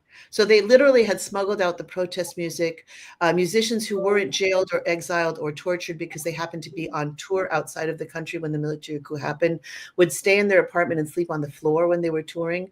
So they were like totally involved in, I would call it, the resistance to military dictatorship. And I'm this 14-year-old kid, and I didn't know there was a coup, and I didn't know we funded it. And I'm feeling kind of like sort of awakening to the politics of the world. We all knew this was 74. We all knew about the Vietnam War, but none of us knew that we just funded a coup in Chile. None of us did in high school. Yeah. And so sort of my political awakening, my musical awakening, because they taught me Violeta Parra songs, all of this happened at once. And then now, because I'm 65, I can look back and say, oh, that's when it started. But I mean, I really did start then. And then I went to college, and they said at junior year, they said, you can't come back to school unless you declare your major. And it turns out I was majoring in Latin American studies. Who knew, right? I could look at my classes and say that's what I had done. But also I'm a musician, so I was playing in a band by then. And then we would play her songs, and I was a professional musician, I guess, for 10 years after college, and we played Violeta Parra songs. I put together a concert of her songs in 97 with 14 musicians. It was fantastic in LA. Funded by it was just, I guess my whole life I've kind of been dancing around this. And then, I don't know, I finally got a job, right? I got a job. I had an office. I was a tenure track professor, which was like a miracle. And I started working on this book. And then I took decades to do that because I got a job, but it wasn't really one that supported research. So this book was pretty much written between 6 and 8 in the morning usually. But I enjoyed it. I kind of miss it now because it's out. And like, what do I do? Like I don't know what my next thing is going to be. You put the band back together. You know what? We did that already. If you go to my website, so my website's my name because I have an unusual name. Scrolling across the bottom there, and there's a link in the description. Yeah, I see that. So .com. Somewhere, maybe under resources or somewhere, there's actually a link to the book party we had here in LA, and it was a party. But we do have 9 musicians doing Violeta Parra songs. The second half of the book is a concert. Yeah, it was. People actually reminded me, Erica, they're really not here to hear about your book. They just want to hear the music. Don't talk too long. Yeah. In writing this book, first of all, is it more like a a biography where you're just giving chronologically events that happen in her life, or is it more of a celebration of her life? And I think it's neither, because both of those already exist. So I was going to start, I was writing this book. I was going to write this book my whole life, and all I could do was, it's called what you call a hagiography, which is funny because I kind of look like a saint. You said something. I don't know how to fix this thing, but I've got this halo around me right now. But people who we're called Violetta maniacs. And so we think she's amazing, as she really is. Go check out her music, go check out her art. She is phenomenal. So go find out. But if you don't know already, but we kind of I was going to write this book, and it was going to be, look how amazing she is. Oh, and she did this. Isn't this amazing? And how wonderful. That's amazing, right? It was going to be like the most boring book in the world, because all I was going to keep on saying was, oh my God, what an amazing woman. And so I didn't want to write that. And the chronology is kind of like, who wants to read a timeline? I mean, that sounds kind of boring. And then I kind of figured out that, so she's this incredibly inventive woman. The show she had in the Louvre Museum, it started because she had hepatitis and her doctor said she couldn't play music. So she starts embroidering. She makes these immense tapestries. That's what ends up being shown in the Louvre. Like she did not know what the word impossible was, which might have had something to do with her mental illness. To be honest with you, she was absolutely grandiose and had all of these plans. And so what I found out is, as I was reading about her and reading what she said about herself, is she kind of invented herself as much as she invented her music and her art, which I think we all do as public people. You read something at the beginning of this thing about supposedly who I am. That's as much of an invention. You could have listed what my favorite foods were. We all invent ourselves, right? I thought melon was one of your favorite foods. Did I read that wrong? It's good. At least, if I were starving, at least I have one in my CV, right? One food in my CV. But anyway, I don't think you can eat a Fulbright. But anyway, so she really invented herself. But what was interesting is she wanted to be a modern artist. She didn't want to show her stuff in the Louvre. She wanted to show her stuff in the Museum of Modern Art. But they saw her, and it was embroidery, and she's this tiny little woman from Chile, and she's got dark skin, and they said, nah, this isn't modern, right? This is folk. So they ended up putting her in the Museum of Decorative Arts in the Louvre, which is where you put furniture and crafts, right? She's furniture and crafts. She's not modern. And so she kind of ends up going with it. She becomes a peasant, even though she wasn't a peasant. She's a campesina from Chile. She kind of exaggerated. People saw her as absolutely primitive, natural, not intentional. And she just went along with it. Wow. Everything that I embroider comes right from this heart. I never even look at it first. She played into, and I might say it's machista stuff, right? Like her brother is a poet. He's a modern poet. He's a really wonderful modern poet. He's recognized as such. But women in the 1950s and 1960s were really not allowed many different personas. They were kind of boxed in. And since she was short and, in Europe, and she was dark, she had to be an Indian. Suddenly she couldn't be part of the discussion. She had to be what we talk about. Wow. Now, instead of because of her physical stature, could she have gone to, let's say, the Philippines and been a bigger star? I don't get that. How tall the Philippines are. Nobody gets him, so don't. GD, she's not a star now. That's why I'm on your shows. No, this is he's just trying to prep you in case you ever accidentally stumble into one of his comedy shows, just to be prepared. Is he headlining? Is he a musician or a comedian? Are you a comedian? Or when you say, I can't see the whole thing. What are you headlining? We use that term very loosely around here to describe him. He calls himself a forensic humorist, but even that's a kind of a stretch because there's no forensics in it. I think that we need humor so badly right now. So thank you. You're welcome for what it's worth, or what I'm worth. Or some, I don't know how much whatever it is like 3/5 the value. But Anne from California says to you, she's saying to you, Evie, I admire your knowledge of music, Erica. Oh, well, thank you, Anne. I really appreciate that. Anne is schizophrenic. Anne is out of California. Okay, she's not schizophrenic. She's Californian. I know this close, but say schizophrenic, California, all the same. So you know all your people. I like that. How long have you been doing the show? A week. About 8,000 episodes. Yeah. I think that's fantastic. The morning show we started, I think 2022. I think I started the morning show. I don't remember. I was doing 7 nights a week and 7 days a week, even before the pandemic hit, with Mind Dog TV podcast. And then I said, you know what? I love the morning. I was doing 1 o'clock in the afternoon and 8 p.m. every day, 7 days a week. And you know what? I'm my own boss now. Like in radio, I could never get a morning show. I said, you know what? I could do a morning show now. Yeah. And but to be honest, Erica, with all the things that he's done a lot of amazing things. He didn't get good until I came on board. So, no. Well, you know, this is going to be the most important episode you've ever done. So there you go. It is. It definitely is. And you got to buy the book. Right, Why didn't GD say you got to buy the book? And if you don't buy the book, which I mean, I would love it if you bought the book. I'm going to get 7 cents if you do. But this was not done to become rich, to be very clear. But you want people to read the book. And yeah. You were talking 10 cents. Now we're talking real money. I know. Well, I think if I sell 10,000, I think it goes up to 10 cents. There you go. So just buy the book so that I can get to that 10 cents part. But I do have a website. So if you don't you can actually, because I would love you to see her art and hear her music. If you go to the website, there's links to video. And also I have, which if you do buy the book, which I think is really cool, I have a playlist. So you can, as you're reading the book and you hear about her music, you can actually you have to be a member of Spotify, or I don't know, are you a member of Spotify? I don't know what the word is, but on Spotify, there is a playlist of her music that goes with the book, chapter by chapter. So there's that. Spotify is actually one of the bigger places where we get a on-demand audience after it. We're not live on Spotify, but people go there afterwards, after it's published there, which will be later today. And that's one of our biggest draws is Spotify. Excellent. So then you can the people that are on Spotify, they're already on it, and they can read the book. Right? What am I saying? Yeah. Of course, read the book. Buy it. I need the 7 cents.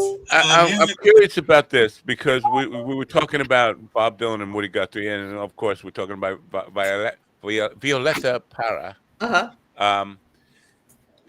Bob Dylan, and even with the movie that came out about him, most people, because the other day I called Bob Dylan, it was his birthday, and on Facebook I called him the most influential artist of my lifetime and probably ever of recorded music. And people didn't even know, because I didn't mention him by name. People didn't know who I was talking about. Like, how could you not know I'm talking about Bob Dylan here?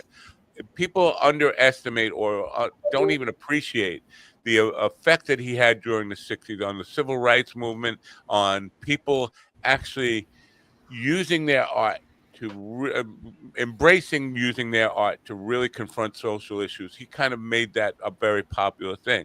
And now Violeta Parra sounds like in that mold. The question I've been building here for the last 7 minutes or whatever I'm asking is that still alive in music and in art today? Do you feel like there is any social justice warriors in art? Well, I mean, I think hip hop, political hip hop for sure, right? And then this sounds strange, but not strange.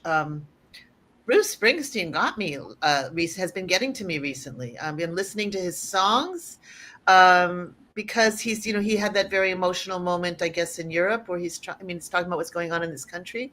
But he has I'm not, like I said, I'm a folkie. So he has a song that's the name of his new tour, which is Land of Peace and Freedom, I want to say.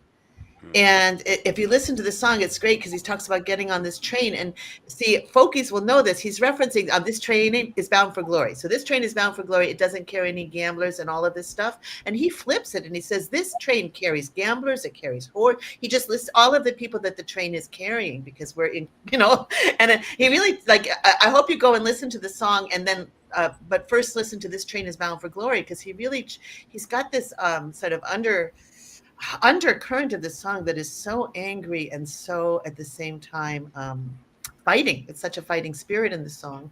Yeah. So there's that, and from hip hop to Bruce Springsteen, that's a pretty gigantic range right there.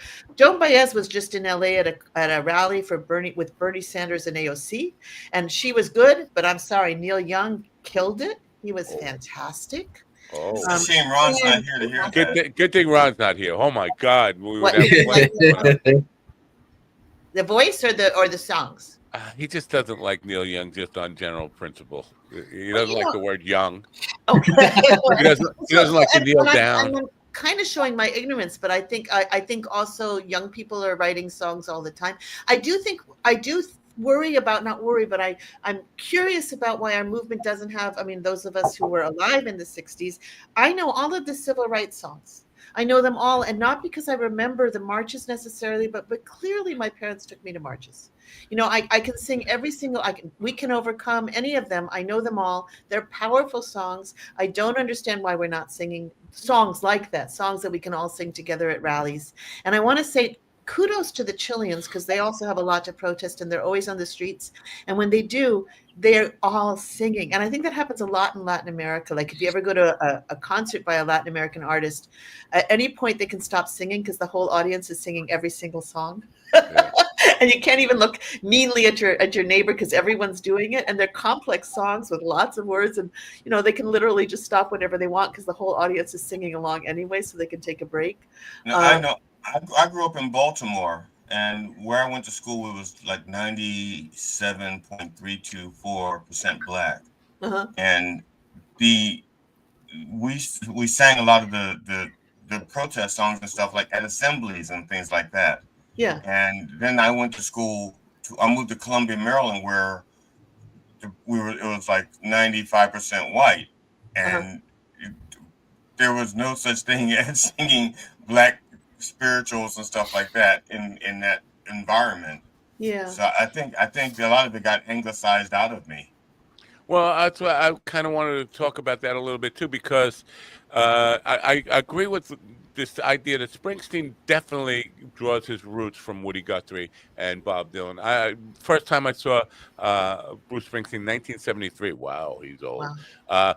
And he finished the show at my father's place with "This Land Is Your Land." Yeah. So his roots go back, and when he first got signed to CBS, they were calling him the next Bob Dylan, and because he played the harmonica and sang.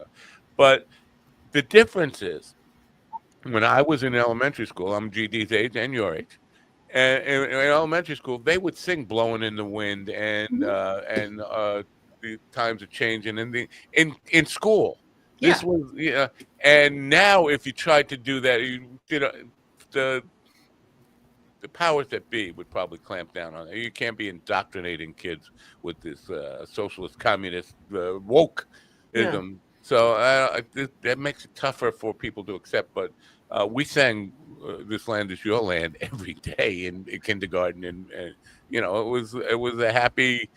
I'm not that they were indoctrinating kids and telling them what the words actually meant, because we thought it was patriotic. This land is your land. I'm wondering how much of this was attributed to, let's say, Nixon, because like Nixon went after John Lennon, you know, because you know, and not just, and he went after the whole movement, but John Lennon was like the symbol of it.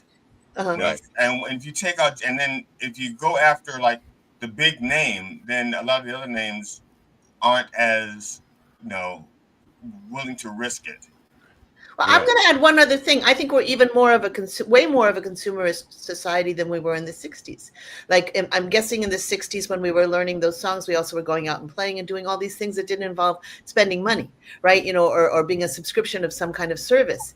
And I think, and also there's that, and then I think there's this whole way, because of the way the consumerist media is now, we're all in our little silos. So, you know, I'm on your show, but, you know, somebody can choose to watch your show or 3,000 other ones, right? You know, or probably more than 3,000 right now. The ignorant ones watch other stuff. So I mean, people watch us. So I think it's also like the idea of us all learning one song is sort of almost impossible to imagine. And then let me point out also, they cut all the music from schools. I mean, you know, that's considered not important. That was George Bush, No Child Left Behind. All you needed was test scores, and music you were not tested in music. So there's also that very sad thing. I'm not sure if kids are singing anything at this point. Yeah, they went to STEM. They went to STEM, and it should have been STEAM. Yeah, exactly. And there for arts. Because we know that your brain needs art and your soul needs art. So it's the saddest thing. So I think there's probably that too, in a weird way, because we have more choices. There's no way to find the ones. This land is your land. This land is my land. Sounds so like almost quaint. Even the idea of it, right? You know, now. I'm going to be doing it tomorrow night, actually. I have a show. I'm supposed to be doing all original music, but I had planned on doing This Land Is Your Land a couple of weeks ago as a closing number, just to see, because I know I'm going to be performing for people who are much younger than me. I don't think any of younger people even know that song. Make them sing it. So I have a nice story. Do you know who Pete Seeger was? Pete Seeger was absolutely king of Mr. Sing-Along. He was in the 60s. Anyway, folk musician, Pete Seeger. He played with Bruce Springsteen when Obama was inaugurated, I think it was. They sang "This Land Is Your Land, This Land Is My Land." It was Bruce Springsteen and Pete Seeger on the Capitol steps. Yeah. So anyway, Pete Seeger he's a sing-along maestro. He makes everyone sing. And he was on Stephen Colbert's show. And he was, at the end, that's when Stephen Colbert puts his music, and he told the audience he wanted them to sing with him. And the audience just sat there. I mean, they don't sing along, right? That's not even but they probably don't even know what that means. Yeah. And he's a stubborn old man. He's passed on, but I think he was in his 90s by then. And he would stop every verse and say, "No, you have to sing with me." And by the end of his 3 minutes on Stephen Colbert, they just realized that this stubborn man was not going to go on unless they sang with him. And they did. They sang with him. It was quite moving, actually. But it was like worse than a dentist pulling teeth. I mean, it was just like he would not stop. He was unrelenting. And they sang. They kind of gave in. Stephen feels like he stopped by his grandparents' house for Sunday brunch here. I'm willing to bet that if Stephen Colbert I'm used to it. started singing with them, they'd have started singing too. Because He did. Stephen Colbert sang with him. He was part of what helped, because he has a beautiful voice too. But it was such a one of those moments, like you realize generations, like I don't know. It was a meeting of the generations, which doesn't also happen a lot because of the way we all choose our things, like. Oh yeah, boomers I'm almost relieved we have references in common, because we seem to have references in common, but could have been different. I'm sorry, I didn't mean to interrupt you. What were you saying? That's fine. That's what we do here. That's our purpose. Do you know who's reading the book? Is it musicians? Is it historians? Is it just biography? I mean, do you know who's actually gravitating towards the book? Yeah, I know. I have no idea, but I can guess. So it's the first biography in English. So in Latin America, she is super, super famous because of you. Someone mentioned Mercedes Sosa. I mean, probably every Latin American and people who speak Spanish know that song. So they probably have a good, maybe a lot of people know who she is. So this is a book that introduces her or makes her accessible to an English-speaking audience. And again, like I said, Joan Baez is ending her concerts with it. So people who were political in the 70s and 80s have an idea of who she was. Because, I wasn't the only person in the 70s to figure out we had funded a coup in Chile, and it was a 19-year dictatorship, and it was pretty awful. Yeah. So if you thought the United States should not be sponsoring and funding and arming dictatorships, you probably knew who she was at that point. So my generation, people who are political know about her. And so I would say a lot of that, a lot of people were kind of waiting for the book because of the fact that it's in English and they wanted to know more about her. I plan to send it to Joan Baez. She just turned 80, so I want to send it to for her birthday, but I can't figure out how to send it to her yet. Wow. But, so I think there's that. And then I don't know how many, that's a good question. Otherwise, because it's, this is the kind of book that's published by university presses because not other people aren't that interested. It might be assigned in classes. I don't know. We'll find out. I got to reach out to Joan Baez and get her on the show. Joan, we know you're listening. Just put your name and address in the chat so that Erica can get it. Before you even do that, go to mindloctv.com/booking and book a date. I want to get you on by. Listen, I don't mean to sound morbid here, but the other day was Tommy Chong's 87th birthday, and I thought I got to get Tommy Chong back on the program again. I got to at least have another 87 is pushing it, and you know what? Yeah, we got to get him back before he's gone. Yeah, and Joan Baez, she needs to be celebrated. We need to celebrate her and talk about her. Because she's not going to be with us for another 20 years. I'm not going to be. This Saturday, we're throwing a surprise birthday party for my aunt who's turning 96. Wow. Nice. But we're not going to jump out and yell surprise. We're just going to one by one. We're going to one by one walk into the room and say surprise one by one. Yeah. Well, my friend's mother-in-law just turned 101, and they all had T-shirts. It was very funny of 101 Dalmatians. It was very funny, and they did make noise. Their song was "Who Let the Dogs Out." I thought it was pretty clever. If you turn 101, that you have the Dalmatians T-shirt. Yeah, you know what? 101. Who cares if she dies? Oh, I'm sorry. Oh. She was so good. Oh my goodness. I know that was terrible. I should go to hell right now. I shouldn't even wait to die. I should go to hell directly. I must be the Monopoly guy. I don't want to pass go. I just want to go directly to hell. Thanks. Now, speaking of death, though, she died. Violetta Parra. Yeah. Died at 50 or 49, very young. Is it too much to ask how and why, or is that? Yeah. No, it's a sad. And I know in the very beginning you were talking about drugs and how to get out of pain, right? At the beginning when I came on, it was. Yeah. I'm going to go back. Can I go back and listen to the whole thing? I will. I wouldn't. You're probably going to. I don't listen even when we're saying stuff. I'm not listening. So she committed suicide at 49, and so there's people. As her biographer, and I actually write about this in the book. I know you're all going to ask me why, and why. I'm not going to ask you why. Let me interrupt you. I'm not going to ask you why, because I know she was a musician and she wasn't really celebrated for her art. And this is a very common thing with artists, when you feel like, why am I doing this? I mean, a lot. It's not an uncommon tale. No, it's not. She was also manic, so she probably had down moments as well. So I think so. The best explanation, and it's very short, and it's not just for her, but for suicide. And we should put the number, by the way, up for people, because I've heard that, just talking about this, and I'm sorry. Is it 9? What's the number you have to call? 911. No, it's not 911. There's one especially for suicide, and I'm embarrassed that I can't remember it. I don't think it's 811. 811. Thank you, 811. But so 811. But what I was going to say is what I've heard, which makes the most sense to me and really resonates, is that it's people don't commit suicide because they want to die. They commit suicide because they want the pain to stop. And she does have a song, speaking of songs that she wrote, that's incredible. But the way it ends, it says, yo no tengo donde estar. I have no place to be. And she repeats it like 3 times, and it gets slower each time. And it's just like, for me, that explains it. I could write a book trying to explain it. She says, I have no place to be. So that's what you, Dog. Sounds like she was a fan of Officer and a Gentleman. GD? Suicide Hotline 988. Thank you so much. That's very important. Right. So anyway, so I think there's that. But interestingly enough, so I'm also a professor and a scholar. So, suicide is gendered. Women do it differently than men. So women tend to take pills or cut your wrists, which is the chances of surviving are actually much better than the way men do it. Men tend to take a revolver and shoot their brains out. Which is really hard to come back from. There's very little chance that you'll survive that. And she tried to commit suicide many times. She was a depressed person, and also a manic. So she was also could have these incredible highs. No one could keep up with her, but because that explains why she was so productive. But when she committed suicide and it worked was when she took a revolver and shot herself. So that was it was unusual for a woman to actually do that. Do it. Wow. The power of perseverance. That's the uplifting message here. First, you don't succeed, try again.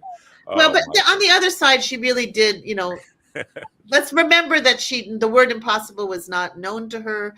And this woman, if any of us created, a tenth of the enduring and universal art that she created in her lifetime, we would be happy in hell, as Nat, says we're going next. Wow. Well, thank you for coming on our program and talking about this. I think it's been a great conversation. I'm going to read the book, and I hope other people get the book. Go to ericaverba.com. Well, thank you so much. I really enjoyed it. You said the book comes with music as well? Is that like No, because I'd have to have the rights, and I don't have the rights. But it does have Spotify. It has a Spotify playlist. So if you have Spotify playlist. Yeah. Okay. Well, thank you very much for being here. Again, the link is in the description. People, go there and get the book. It sounds like a great story to talk about. It's got to be a great story to read. So thank you so much. I've heard it's readable. So I did that.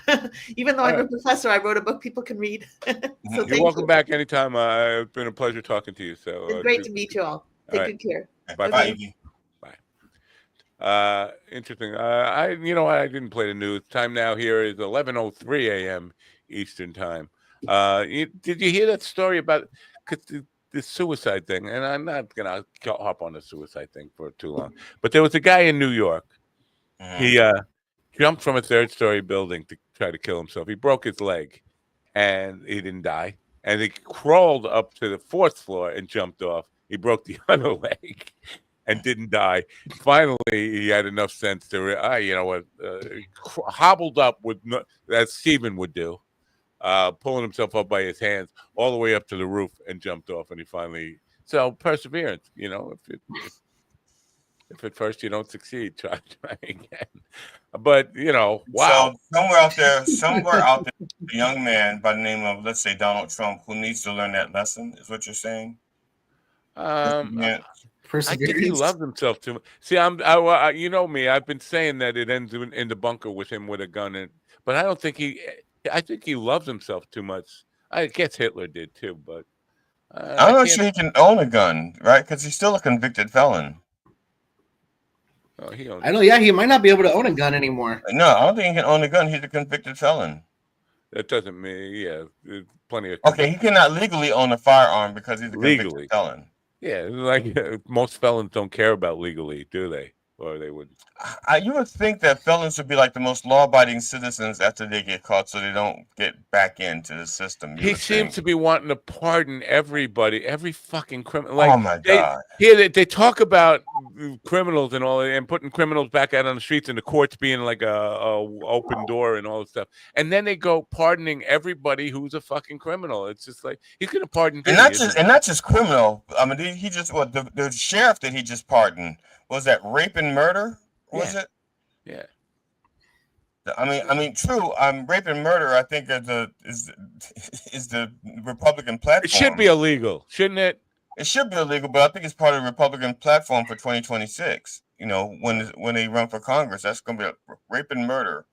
Join the Republican Party. Yeah. It's okay now. Yep. Now, one in the ass, two in the morgue. Look, Stephen can actually talk. His lips work. Look, did you hear that? It almost sounded like he said something. Sound like he was queefing. Yeah.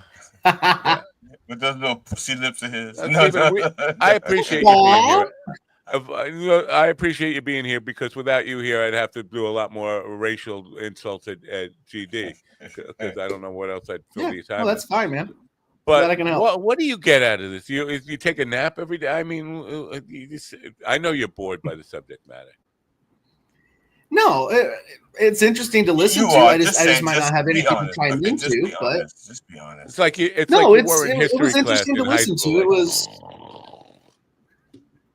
it was interesting to listen to. I didn't have a whole lot to add into it because it was definitely outside my wheelhouse. But two, she seemed very passionate, and I really didn't want to upset her. She seemed like a really nice lady. I didn't want to make any too out of pocket. Why would you upset her, you evil little bastard? Why would you upset our guest, you little fuck of a person? The thing is, yesterday I got in trouble for not wanting to upset our guest. Well, not in trouble. People mad at me for not starting a fight. Now you just saying I didn't want to start. Well, what would you have started a fight with? And there's nothing to start a fight. She wasn't like saying not start a fight. I just didn't want to make an inappropriate. I didn't want to make a too off-cuff joke or be too inappropriate with her. He wanted to say things I was trying to be inside me. You didn't want to call her a boomer. No, he wanted to say. It took a lot of restraint not to play boomer corner. Yes. Yeah. Finish inside me and things like Ladies and gentlemen, for your listening enjoyment now, Stephen will do "This Land Is Your Land" by the aforementioned Woody Guthrie. Go ahead, Stephen, hit it. This land is your land. This land is. Hello. That's Woody Guthrie. He wants his song back. Shit. We didn't get a copyright strike. He came right to the jugular. What the fuck? Do you know about Ramblin' Jack Elliott? Are you familiar with Ramblin' Jack Elliott? Isn't that the comedian out of New Jersey? No. Ramblin' Jack Elliott was a guy who was he idolized Woody Guthrie. And he came to New York and lived with Woody Guthrie, and he was doing his act with the harmonica and the guitar and going out there and singing these songs. But they call him Ramblin' Jack because he just didn't know when to stop talking and start singing. Shut up and sing, Jack. But when Bob Dylan first came out, Bob Dylan was also in love with he had a man crush, a bro crush on Woody Guthrie and wanted to go live with him. And then there was this thing like, Dylan's stealing your act. And so Ramblin' Jack takes credit for being the prototype for what Bob Dylan became. He wasn't. He's never had that much talent and all that stuff. But Woody Guthrie was the thing. People would come to New York, to the East Village, to go study how to be a radical folk singer from Woody Guthrie. No, Ramblin' Jack didn't win his first Grammy until 1995. Yeah. I don't know if he won other Grammys after that, but his first one was 1995. Wow. I was 4. Right. All right. So speaking of when you were 4, that I'm sure GD didn't watch it, but I know you at least saw the beginning of this clip I sent you guys.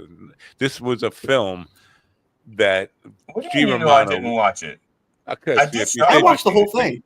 You would be insulting me for what a piece of shit it is, because I know it's a piece of shit. And no, I would have. First of all, I would have done it a little bit differently, a lot differently. But like let's take this one scene at a time. But let's break it down.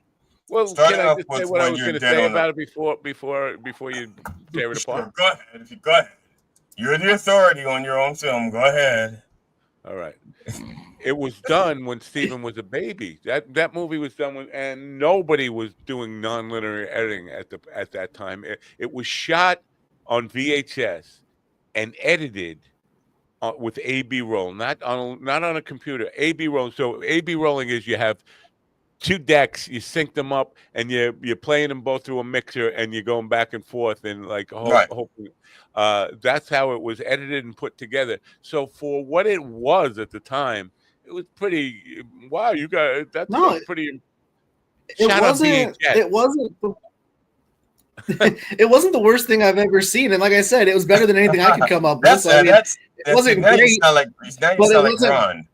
That's like a. It wasn't like great, but it wasn't terrible. It was, and Matt, you looked so young and dead.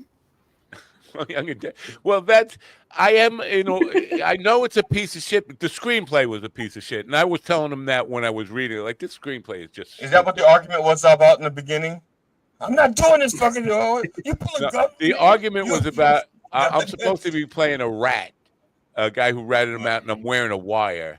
To trying to hook him up. You wearing a wire? You trying to record this? You trying to record this movie? And so all you hear, that part wasn't in until, because that was just assumed. And I said, you got to give the audience some knowledge of what the fuck that you guys are arguing about. And so that part was like an ad lib as a throw in. And I said, you know what? I'll just read. We'll do the ad lib part of Crazy Pete. And just you'll hear the gunshot now, and then you walk away and all that kind of stuff.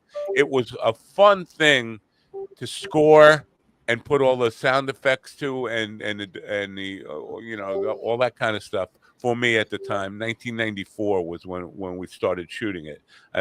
But I know it's a piece of shit, but in some ways I'm proud of it because of all the weird technology that went into that to make it work.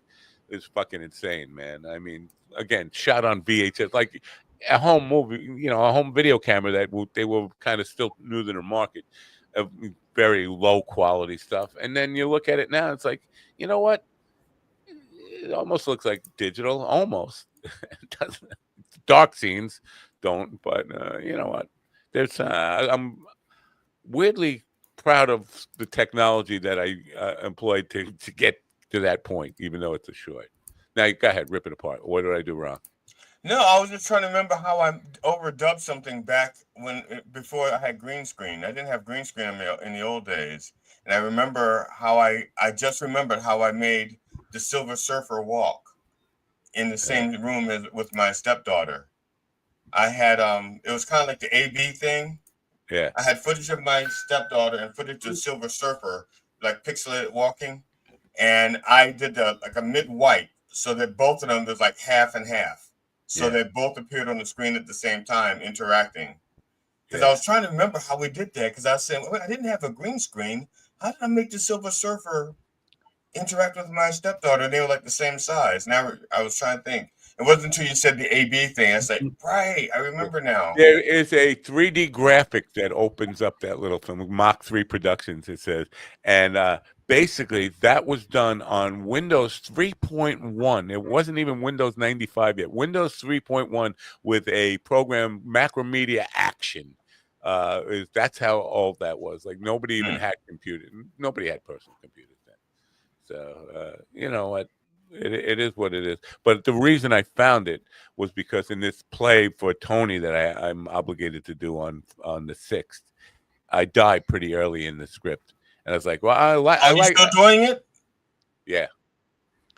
How are you doing that in Louis C.K.? I'm not. Somebody else is doing Louis C.K. Somebody else. They found. I thought they got somebody else to not do that, and you were going to do that.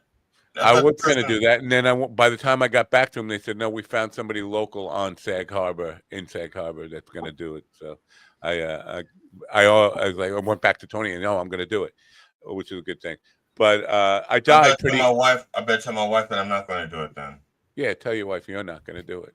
Tell her I'm going to do it. I'm not going to do it. Not going to do it. Not going to do it. Not going to do it. I get to die pretty early. Now I'm wondering do I have to lay there on the floor like this? Yeah, that just like that. Do I have to lay there on the floor, or can I get up and leave after I die? Like, all right, my plot's done. People, it's in a restaurant, right? It's a murder mystery thing in a restaurant. Am I gonna have to lay there for the next 45 minutes? No, somebody will drag you off the floor. They'll drag you off. That's not you're kind of big, that would though. be beautiful. They could drag me off, and then I could just go home. Yeah.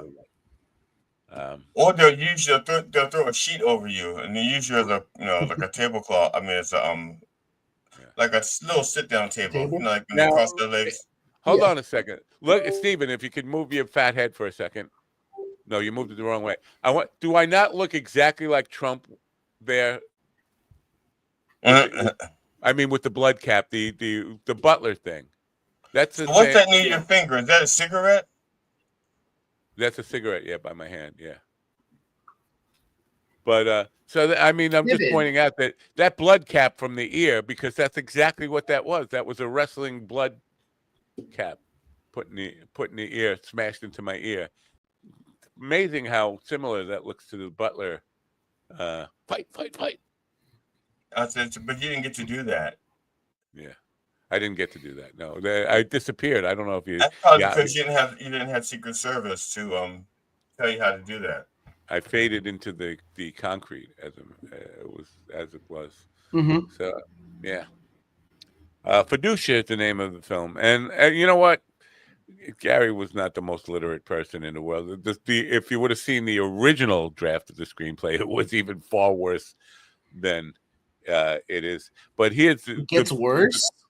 It was worse. I tried to help him fix the screenplay. It was much like, at least now it became Fiducia because he had no title for it, and it was at least it became a theme about broken trust. You hear him talking about trust throughout the whole fucking clip. It trusted this, broke my trust, blah blah blah blah. You don't trust me? No, I don't know trust you. All that, because there was no fucking point to it when I first got the draft. It's like, well, two guys get drunk and want to off each other. And poison is not a mob thing. Poison is not a man thing. Men don't poison other men. Women poison men. Guys shoot, like Erica was pointing. Guys take the director fucking bullet in the head. They're not gonna fucking poison. That's a woman's way of murdering people. And but what if the guy doesn't have a gun? And he had a gun. No, I'm just saying, what if a guy doesn't have a gun? Then can he use poison, or does he have to go he comes back later when he has a gun. He doesn't use poison. Poison is not a man's murder tool, unless you're Russian, I guess, right? I would say because the Russians, I mean, my God, yeah, Putin. That's like I think he prefers to throw him. Putin's a man after my own heart. He likes to throw him off the roof. That's their second option. The second option is the roof. But the problem is, and then they blow up the planes. But with poison, it's more clean. You don't have to be there. You do it, and then they could die like a month later, and they suffer. To be fair, I think you have it backwards. I think throwing them off the roof is the preferred way. If we can't get him up to the roof, let's poison him, and then throw him off the roof, or after he's already poisoned. That's just throw him out of an airplane. What movie was it where the gangster took him up? Have you ever thrown a guy off the roof? I can't explain how the feeling of just exhilaration just to throw a guy off a roof. I've fallen off a roof and I've jumped off of a roof, but I've never thrown anyone off a roof. throwing a guy off really it does something good to your soul. It makes you feel warm on the inside to just, especially when they're trying to fly. That's the funniest thing. They're trying to flap their wings on the way down. You fucking stupid. You're not a bird. I threw you off the reason exactly for that reason, because I know you can't. If I thought you could fly. That's a T-shirt. Yeah. That's a T-shirt. Stupid. You're not a bird. That could be a line in Pete Carroll's song. Those are people who died. Fell from the roof on East 29. Yeah, I just want to fly. Sorry, doesn't work out that way. This Sugar Ray reference there for you folks. I'm hip. I got that one. I'm hip and young. Yeah, you are. I mean, kind of, because I think he's dead now. But I believe I can fly. Wait, Sugar Is Ray? Sugar Ray Sugar dead? Ray guy is dead? No. Now you made us all upset. Which Sugar Ray? Because I knew a guy named Sugar Ray who used to be a wasn't even host Sugar on Ray. I forget the guy's name. The Dick. He was a dick. That guy, the lead singer of Sugar Ray there. Oh, I thought you were saying his name was Sugar Dick. Yeah. Erica's going to go back and watch this program. She's probably going to watch other programs and say, boy, these guys are fucked up. I can't believe I was on that program. Why would? Oh, never mind. No, I was thinking of a different band. You were thinking Sublime, the Sublime guy, weren't you? No, I was thinking of the dude from Sublime. Oh, he sings Butterfly. So this may come as a shock to you, but that Fiducia, not a big hit. What? Crazy Town. I'm surprised because I was surprised that when I looked at it, it was been around and only had like 247,000 views. No, I just posted it last night, so it only had one view. But you know the phrase direct to VHS or direct to video. This actually started on video. It wasn't direct to you can't get more direct to VHS than this. It was shot on a VHS camera. So Blockbuster wouldn't even. Blockbuster went, ew, get that shit out of here. So, no, not a big hit. I think Clive Barnes from New York Times, the movie critic, said this is a movie I'd pay not to see, and we actually took him up on that and charged him $20 to not let him see it. Don't like you, fucking potato. Me or you? I don't know. I think he meant don't lie. Oh, I'm trying to find because I had a thing from Slaptail. Maybe GD sent it to me, and then what happened? I lost it. Did I lose it? I just sent it to you. All right. Actually, I sent you two. The first one I sent, I'm not sure that you could open because it was private. And so I sent a second. Yeah, that concerned me. When you sending me stuff in Gmail through Gmail, it says a private video. I'm like, is GD a fucking like? I almost said her name. This woman who's sending me the Hollywood tits, Beverly Hills tits, not Hollywood. Oh, tits. Adrienne Barbeau. Adrienne Barbeau. Jesus, Lord Almighty. I can't find that stupid clip now. I really wanted to that stupid clip, and I say stupid clip. I don't mean it was a bad clip because I haven't even watched it yet. This thing that you sent from Slaptail. Why don't I have it? Let me send it to you again. I'm looking. You could send it to me again if you got. Or why can't you just play it? Could you just play it? Because I have to find it. I'm not. I downloaded it on my phone, and I'm on my laptop. I'm on my desktop. I'm on my desk bottom. Oh. Okay. Right. Power bottom, nice. Well, I thought it came from G.D. Fenderson, but G.D. Fenderson's got nothing. Oh, maybe that. And you know what? G.D. Fenderson's got something. It's me. I got it. It's this is gonna be I'm stuck. I'm stuck in a loop. I'm stuck in a loop. Okay. Now it's not loading up. It's on YouTube. Right. Oh, I thought I just could see. This is what I told Steven not to do. Send me the fucking. Don't have a stroke. You're not gonna have a stroke. Don't have a stroke. Am I gonna have a stroke? No stroking on the air. I'm hungry. I'm just. Oh. Very hungry. I'm Dad. All right. I can't stop it right at the beginning. Stop. Now, how do I? All right. I'm going to. Oh, my God. We have breaking news here, folks. And I am just. You know the spinning basketball thing you get on Apple is fucking. That's what I'm getting right now. I have Apple, so I don't get a spinning basketball. The spinning. We don't have breaking news, but we have this.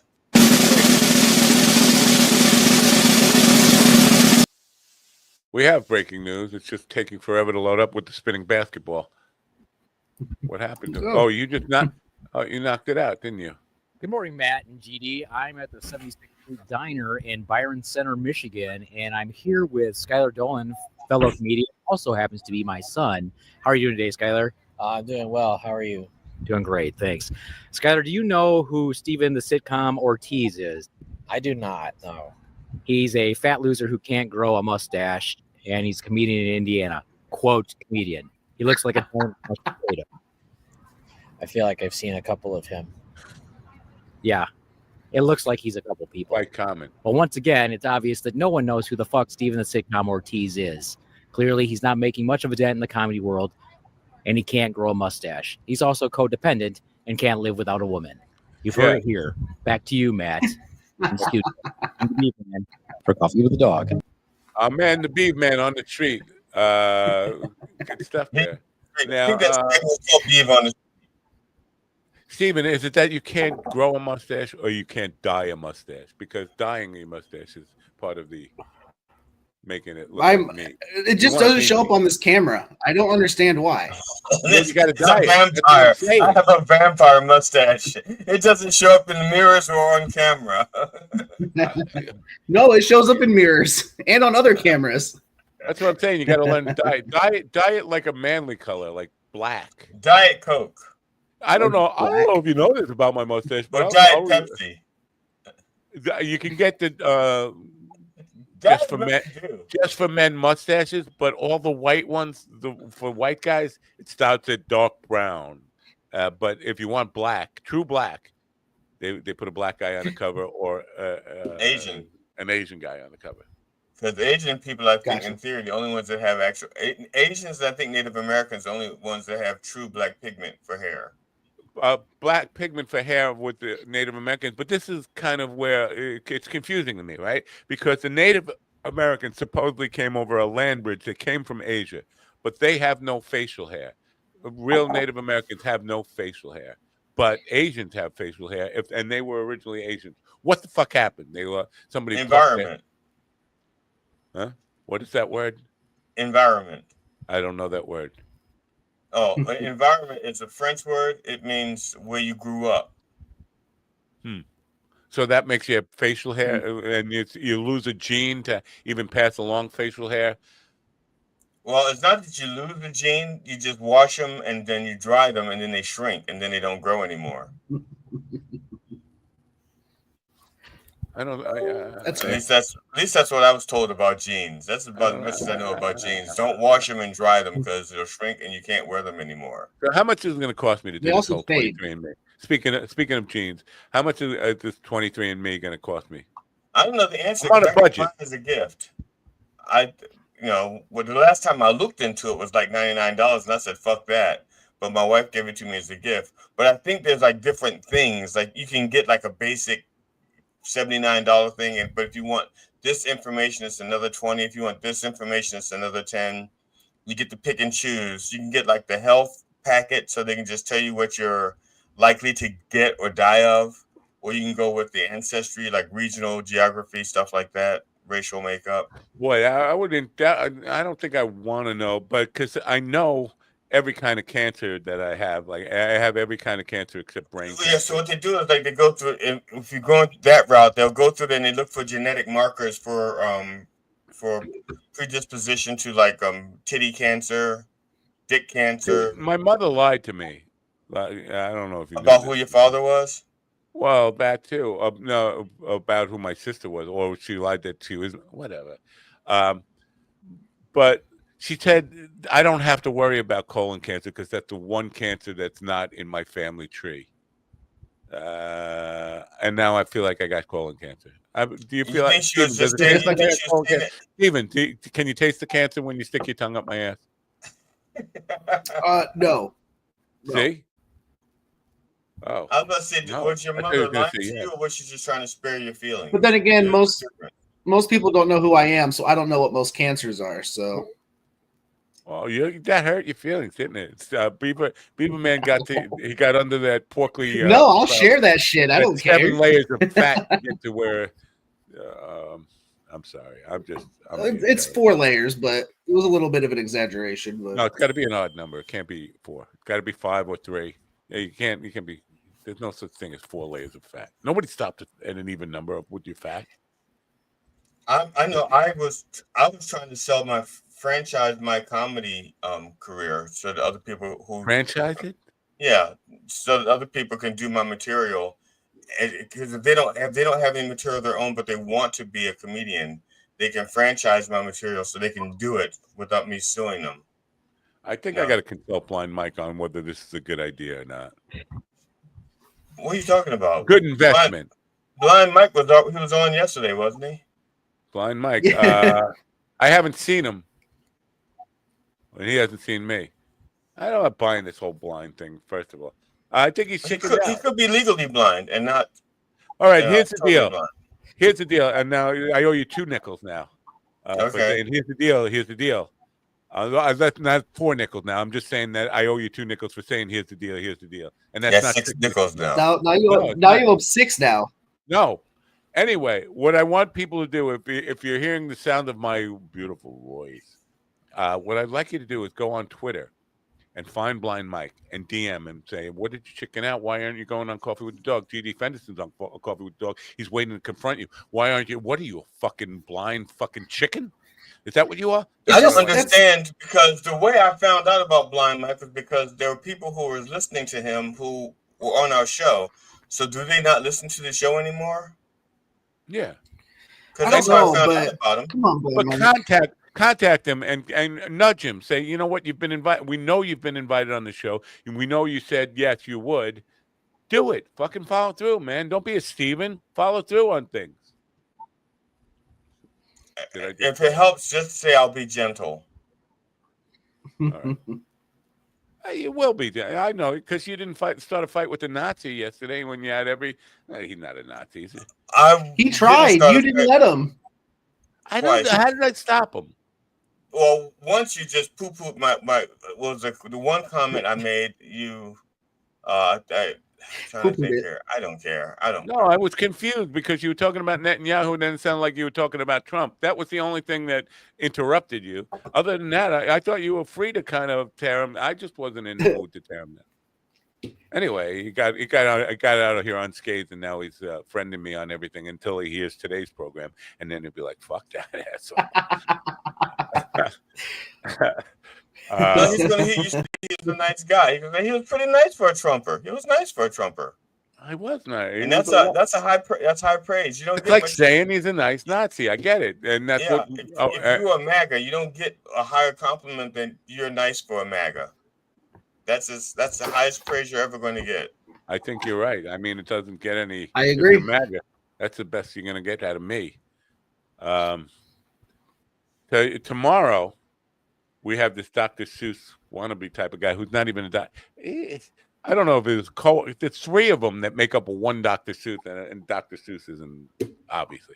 But they have a pen name of 3 people. The book is called Grok of the Rock. And here's where I'm curious. This book has been out like 10 years now, and they're promoting it now. But so they came up with Grok. What the fuck is Grok? They came up with Grok before Elon Musk did. Now, I'm just thinking. Are they spelling it the same way? You wouldn't want, Grok, Grok, Grok of the Rock. Now, you wouldn't want, if you're a person who's inclined to litigate and sue people, you wouldn't want, you're not going to find deeper pockets to sue than Elon. He'll but the whole purpose of the whole reasoning behind selling is that you think that their product will be your product. They will confuse the 2 products. So if you have a book about a pseudo Seuss book, that's not going to get confused with an AI bot. Yeah, did he but did he trademark the name Grok? That's if he didn't, then he's fucked, right? Probably not. No, I still think that you can have two Groks if they're not competing for the same audience. No, if you trademark it, like I could not do Coca-Cola and it actually be like a not even a drink or something because that name's trademarked. I couldn't use Coca-Cola. I think you could. I think you just had to spell it with K's instead of C's. Oh, I found out the hard way by having to pay, not with Coca-Cola, but with a similar brand, for using something that wasn't even the same type of product, but it was a trademark name. There was I almost lost. There was a YouTube. So if you spelled it Kokekole. What? There's a YouTube what, Stephen? There's a YouTube Nazi. There's a YouTube rapper who got a real big following under the name Krispy Kreme, but he spelled it with K's. Like he spelled it completely different all the way around. And Krispy Kreme, the company, still sent him a cease and desist and said you had to change your name. So we're gonna do Grok of the Rock Kitty book. My band was Urban Poet Society. And somebody they started this. They were still doing Urban Poet Society. They were using the same name, Urban Poet Society, and I stopped them. You stopped them? Yeah, I gave them a cease and desist. And that worked because are you okay, GD? He is weird. I'm exhausted, man. I've been up since way too fucking early. He was up with Dylan Brody last night. They were doing 69. In honor of our being number 69 on the comedy rankings. Dinner for two. No, but he was rough on the Beaver yesterday. Was rough on the Beaver. He was giving me. He said to me, "Are you mad at me for giving you all this? Are you mad at me for telling you all this?" I said, "No, you just gave me some problems to solve." He goes, "Oh, good. You know." What mad at you for telling you all what? What did he tell you that? I mean, because he when we were working on the script last night, right? So he was asking you if you could handle criticism well. We know you don't because we have film of you crying when Barry Katz said you too many dick jokes and you started crying like a bitch.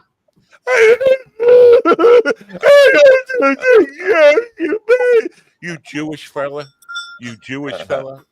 That's what you say. Am I in trouble? Because probably. Barry, I am. Maybe from Barry, but not from me because that shit never even happened. That's not even close to happening. But the funny thing is because, like I said, Dylan and I have worked together before, and Dylan knows that when I write when I was writing for Politipod, I write these 4-minute sketches, and he'd always say the same thing. He'd go, "There are no jokes. There are no jokes in it. There are no jokes." And but everybody, all the actors, he would tear me a new one, and all the actors loved the stuff. They couldn't wait for me to write another bit. They're like, I want to be in your next one. Right? And the thing is, I even wrote a bit based on Dylan Brody. I wrote 2 bits based on Dylan Brody. One because he had a book. I can't remember what the book was called, but it was about somebody reading his book or something. I can't remember, and I told him, I said, "Dylan, because you're in this, I'm talking about your book, you can change anything you want because I don't want to damage your brand." And he didn't change a word. So I'm reading Steven's body language, and Steven's body language is telling me TD's full of shit. I don't believe a word he says. That's better. I'm just telling you what Steven's body language is telling me. No, but I don't write jokes per se. Now that's true. We know. That's true. Yeah. We definitely know that. You know what I write? I write one line. It's called "Don't forget to turn on your radio." Bye for now.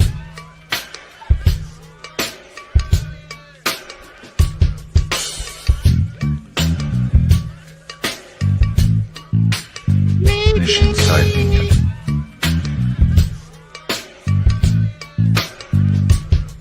Finish inside me. You heard the one about the 2 bulls?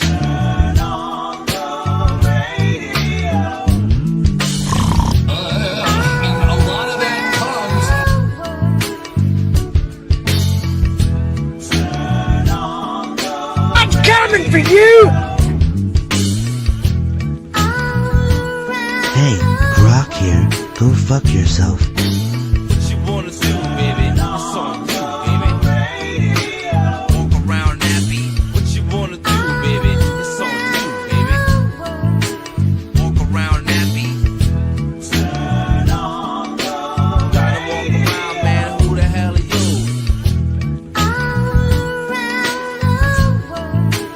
Walk around happy. Don't worry. No matter what, don't worry.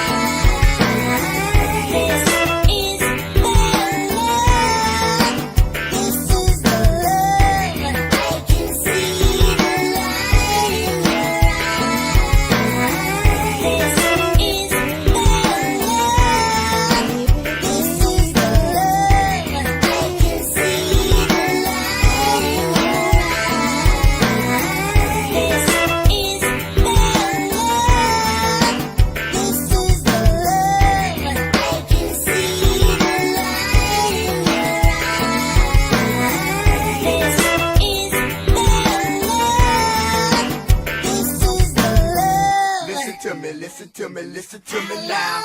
Listen to me now. Listen to me, listen to me, listen